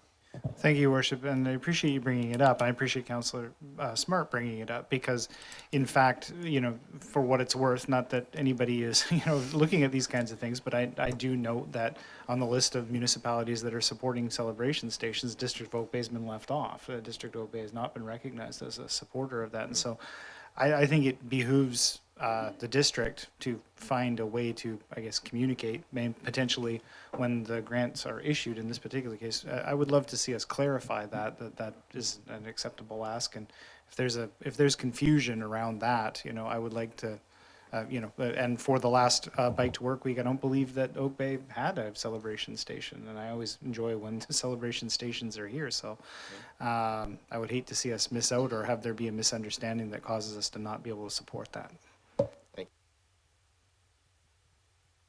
Harm and just the lateness of the grant application or grant approval process, because I think a lot of these organizations are already kind of well into their processes, and so they might not be able to recognize this until we authorize it. So I know our financing things are very scrunched up anyway, but maybe something we could look at is if there's any way we can move this part of it forward a little bit. Okay, we have, I think, a reasonably balanced piece here. So I'm going to do the process reasonably quickly. So I think one, just that we received the report, moved and seconded, yes. Any discussion on receipt? All those in favor? Any opposed? None opposed? I think we can probably do the balance of these together, unless staff have any concerns about that. So taking, recommend the averaged, or the column 1 in this report. How do you want that worded? That the grants be allocated according to the. Go ahead, Mr. Payne. Your Worship, I believe there's just one abstaining councillor from one grant. That's the only one. Oh, so we can do them all and then come back in for the last one? Is that the process? Yeah, either or. Okay. So let me just go through the other ones then. That the council approve a grant, the Oak Bay Volunteers in that amount. This Chinese Consolidated Benevolent Association for amount. And then the surplus be used to fund the 2023 Society Francophone Games, and the staff be directed to amend the bylaw if required. We'll do those ones together. Fair? Can I have a motion to that effect? So moved and seconded. Any discussion on those? Yeah, go ahead, Councillor Smart. Yeah, I just had a question about the funding for the Society Francophone. Can we just clarify, because it was a little bit confusing last time this came around. There were these 2 previous asks, and then there was like a new ask. Is this directing staff for the new amount, assuming the old amounts are also going to be given? Could you just clarify? Yes, I can try and answer this. Mr. Payne, you got the answer? Go ahead, Ms. McCarron. Yes, we did do a summary of the historical grants that were withheld because the game were canceled, but this particular ask is for the 2023 youth games, so this is new and it's not in respect of the prior years. That's my understanding. There was 3 years of funding, so we funded a smallish amount and then a smallish amount as they were doing the preparations, with the understanding or commitment that there'd be a total of 50,000, I think it was total. And so this is the balance of that amount as the games are coming to fruition to fund the portions of it. So that's really the balance that's owing instead of that commitment to those pieces. Go ahead, Councillor Smart. Oh, so just to clarify then, they actually did receive those other 2 amounts already? I'm not sure if they were received, if they were actually used or not. Ms. McCarron, do you know? Can I clarify? Did you ask those initial 2 amounts that were paid out were used in preparation, and then the games didn't happen? So that was my understanding. So they were paid, though? The first 2018 and 2019. Right. Councillor Smart? Oh, okay, so then what I'm hearing is that with this grant amount, a total of the sort of $50,000 will have been paid. Okay. Correct. This ends the financial contribution of Oak Bay into that into the Francophone Games, which are now slightly changed at this point from where they originally started off at, unfortunately. But there we go. Okay, I have the motion on the floor. All those in favor? Any opposed? None opposed. I'm going to go through. Councillor Smart, why don't you step out? We'll do the one first. And I can't scroll on my screen here, so Ms. McCarron, can I get you just to scroll, or just to scroll back to the at the excluded one here with Councillor Smart. I should remember the name, but I don't. Community Social Planning Council. So can we get a motion to approve the grant and aid total of $2,500 for the Community Social Planning Council? Moved and seconded. Any other discussion on that? All those in favor? Any opposed? None opposed? Okay, so we'll do about. Can we invite Councillor Smart back in?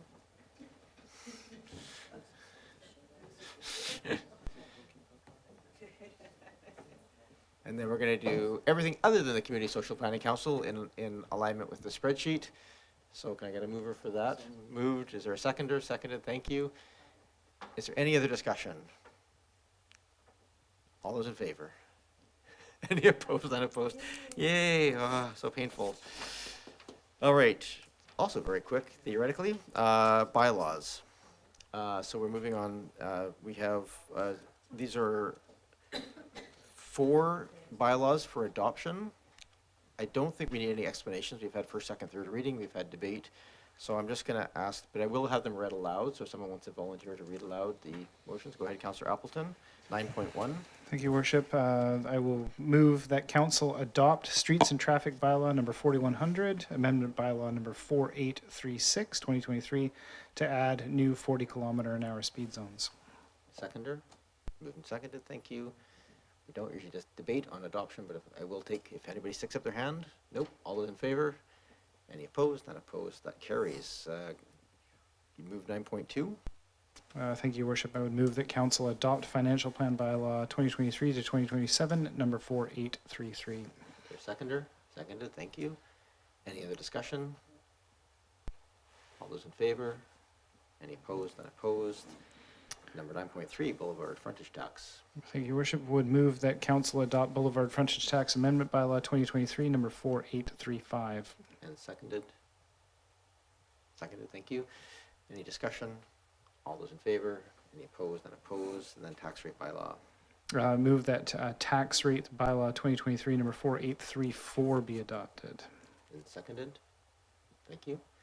Any discussion? All those in favor? Any opposed? None opposed. That carries.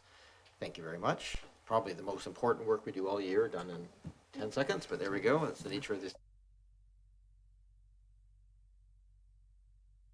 initial planning and priorities. Number 10, bylaws and permits. This is open to public input. If anybody wishes from the public wishes to address council, if you're still up, this is the chance. Please indicate you wish to speak to us at this time. Mr. Payne, this is just establishing the community's community fund reserve. So we're not doing anything in terms of spending money. We're just establishing the reserve. So I'll do the summary. I don't see any members of the public who've indicated they wish to speak to us, so why don't I there's no motion to receive the report. There's no report, that's why. So perhaps we can just get first and second reading. Can you read it aloud if we can, Councillor Appleton? Yes, thank you, Your Worship. I would move that Council give first and second reading to Reserve Funds Bylaw 4747, Amendment Bylaw number 4837, 2023. Seconded. Thank you. Any discussion? Obviously a requirement under the new piece, so all those in favor? Any opposed? None opposed? And third reading? I would move third reading of Amendment Bylaw number 4837. Seconded. Thank you. All those in favor? Any opposed? None opposed? That establishes, or will when it's adopted, the Growing Community Fund Reserve. Some irony here at 9:47. 10.2, Council Procedure Bylaw Amendment. This has come to us a number of times, and we've had this here. I think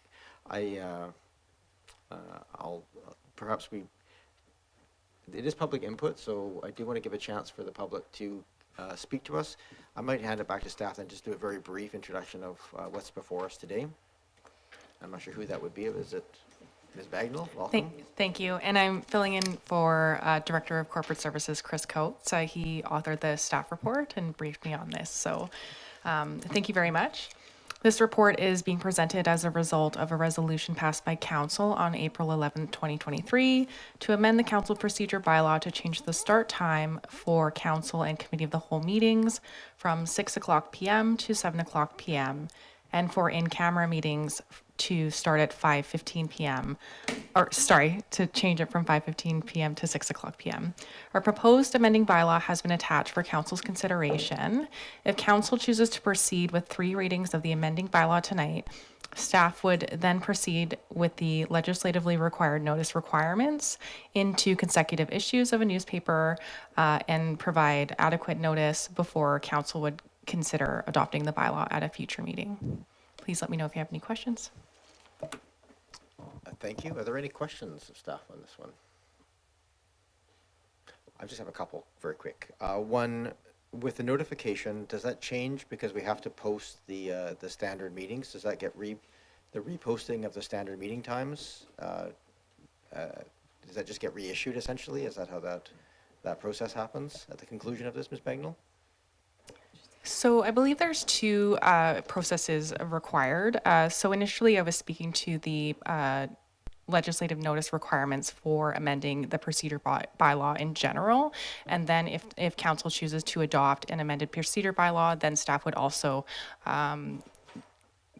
post a new start times and meeting locations to meet our other requirements. As part of this. And the other question I just had was the notification. I'm just giving really more of a question to this table than it is to staff, I think. There was some discussion last time around the idea of providing a little bit more sort of opportunity for public input or making sure that there's no other negative impacts considered here. At the end of the day, this is to meet both our staff's and the public's requirements. We didn't really come up with any sort of direction at that last meeting. We sort of talked about it and left it. And so there were sort of 2 ideas brought up there that I thought were both probably had some merit, and I just wanted to make sure we don't miss the opportunity if this is a will of council. One was, do we maybe do first and second reading and do a more fulsome, so that I actually put it on connect@oakbay.ca and see if there's any input from people, put on social media before we consider this, or if not that, perhaps go through this process, do the formal notification process, but perhaps in the fall survey that we have planned, which has traditionally been a bit of a budget survey, but is looking to expand a bit, to perhaps ask the question more broadly of the public at that time, and maybe and then future councils could consider that for their own consideration of information going forward. I thought both of those had both merits, and because we talked about them but didn't give direction, I thought I would just bring it to this table. So if there's any thoughts on that, I'd take them at this point. But it will guide how we do the next set of readings if we're doing that, either first and second, for second or third. And then if there's any will for staff to do some additional work, then that would be direction from this table as well. So, any thoughts? Go ahead, Councillor Appleton and Watson.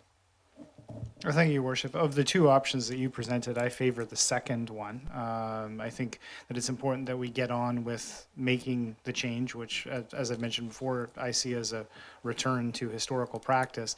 But the whole thing is based around the idea of gauging community engagement, essentially what works best for the public. So I would like to hear what the public has to say. So I think by the time the fall period arrives, and that survey sent out, and if that's included that part of that survey, I think that it's reasonable to expect that people will have had some experience with the earlier meeting times and then the return to the later meeting times, allowing them to kind of compare whether or not that makes it more accessible for them, and again could inform subsequent council decisions. So I favor the second of those 2. Councillor Watson. Thank you, Mayor. It's just a comment about the situation we find ourselves in now if we move forward to adopt this, and that one of the underlying motivations for switching was to test this thing that the public would be more able to attend and engaged. But I do note that in any agenda, by the time we get this late, we have items at the end of the agenda that also require public input. And so we haven't really done any favors in that regard for folks who may be hanging around who want to speak to those particular things. So I guess I just wanted a question of clarification about your first proposal again, because I wasn't quite sure I understood what you were suggesting. Well, we have the option if we wish to, we have multiple options for public engagement, but we do have a platform at connect@oakbay.ca where we can put up a short poll, and we could just promote it through social media and other mechanisms that we do on our half-page weekly and Oak Bay News, just to ask people a question if they have any thoughts or insights into it. Some thought would have to go into what that looked like in terms of how the questions were asked, but It would be sort of, it would, if that was done, it would sort of, it would precurse the decision-making of this, and logically probably do first and second reading of it and then do that so that we can kind of say this is sort of contemplated. Because second reading, if there's any amendments, would then come back to second reading anyhow. Or we could do first, second, third reading and then do that. And then we just have to retract the third reading if we decided to change our minds based on that feedback. But that would be, I think, that in conversation with staff, that seemed to be the only practical way of sort of getting something in shorter term would be to do something along those lines where we publish it. I don't know how much feedback we'd get, but that would be the other contemplation in that. And I hear Councillor Appleton's preference on that. So, any other discussion on this? Go ahead, Councillor Smart. Yeah, I would just also echo a preference for the second one because I think we would get more diverse feedback and we'd be able to track that feedback to see if it was coming from different age ranges. So if we, for instance, with the first concept for feedback, if we did receive confusing feedback, I don't know exactly what we would do with that because it would only represent a very small group of people who are active on social media. Okay. Based on that conversation, I'm actually comfortable with that approach as well. And so maybe after this first, second, third reading here today, maybe a motion arising just to ask staff to include a question of meeting start times in the fall survey would probably be appropriate, but that's at the will of council. So don't see anybody from the public who has indicated on this one, so I will go to just a motion to receive the report. Moved and seconded. I see a seconder. Thank you. And we discussed receipt, so all those in favor? Any opposed? None opposed? Councillor Appleton, you are the most passionate about this. I'll let you do the first and second reading. Can you read it aloud, please? Thank you very much, Your Worship. So I would move that Council give first and second reading to Council Procedure Amendment Bylaw number 4740.003, 2023. Or seconder? Second. Moved and seconded. Any discussion on this item? I will just share, I understand from conversations with Councillor Braithwaite, and I think she'll be here to vote on the adoption portion of it. She prefers, not supportive, and prefers the 6 o'clock start time.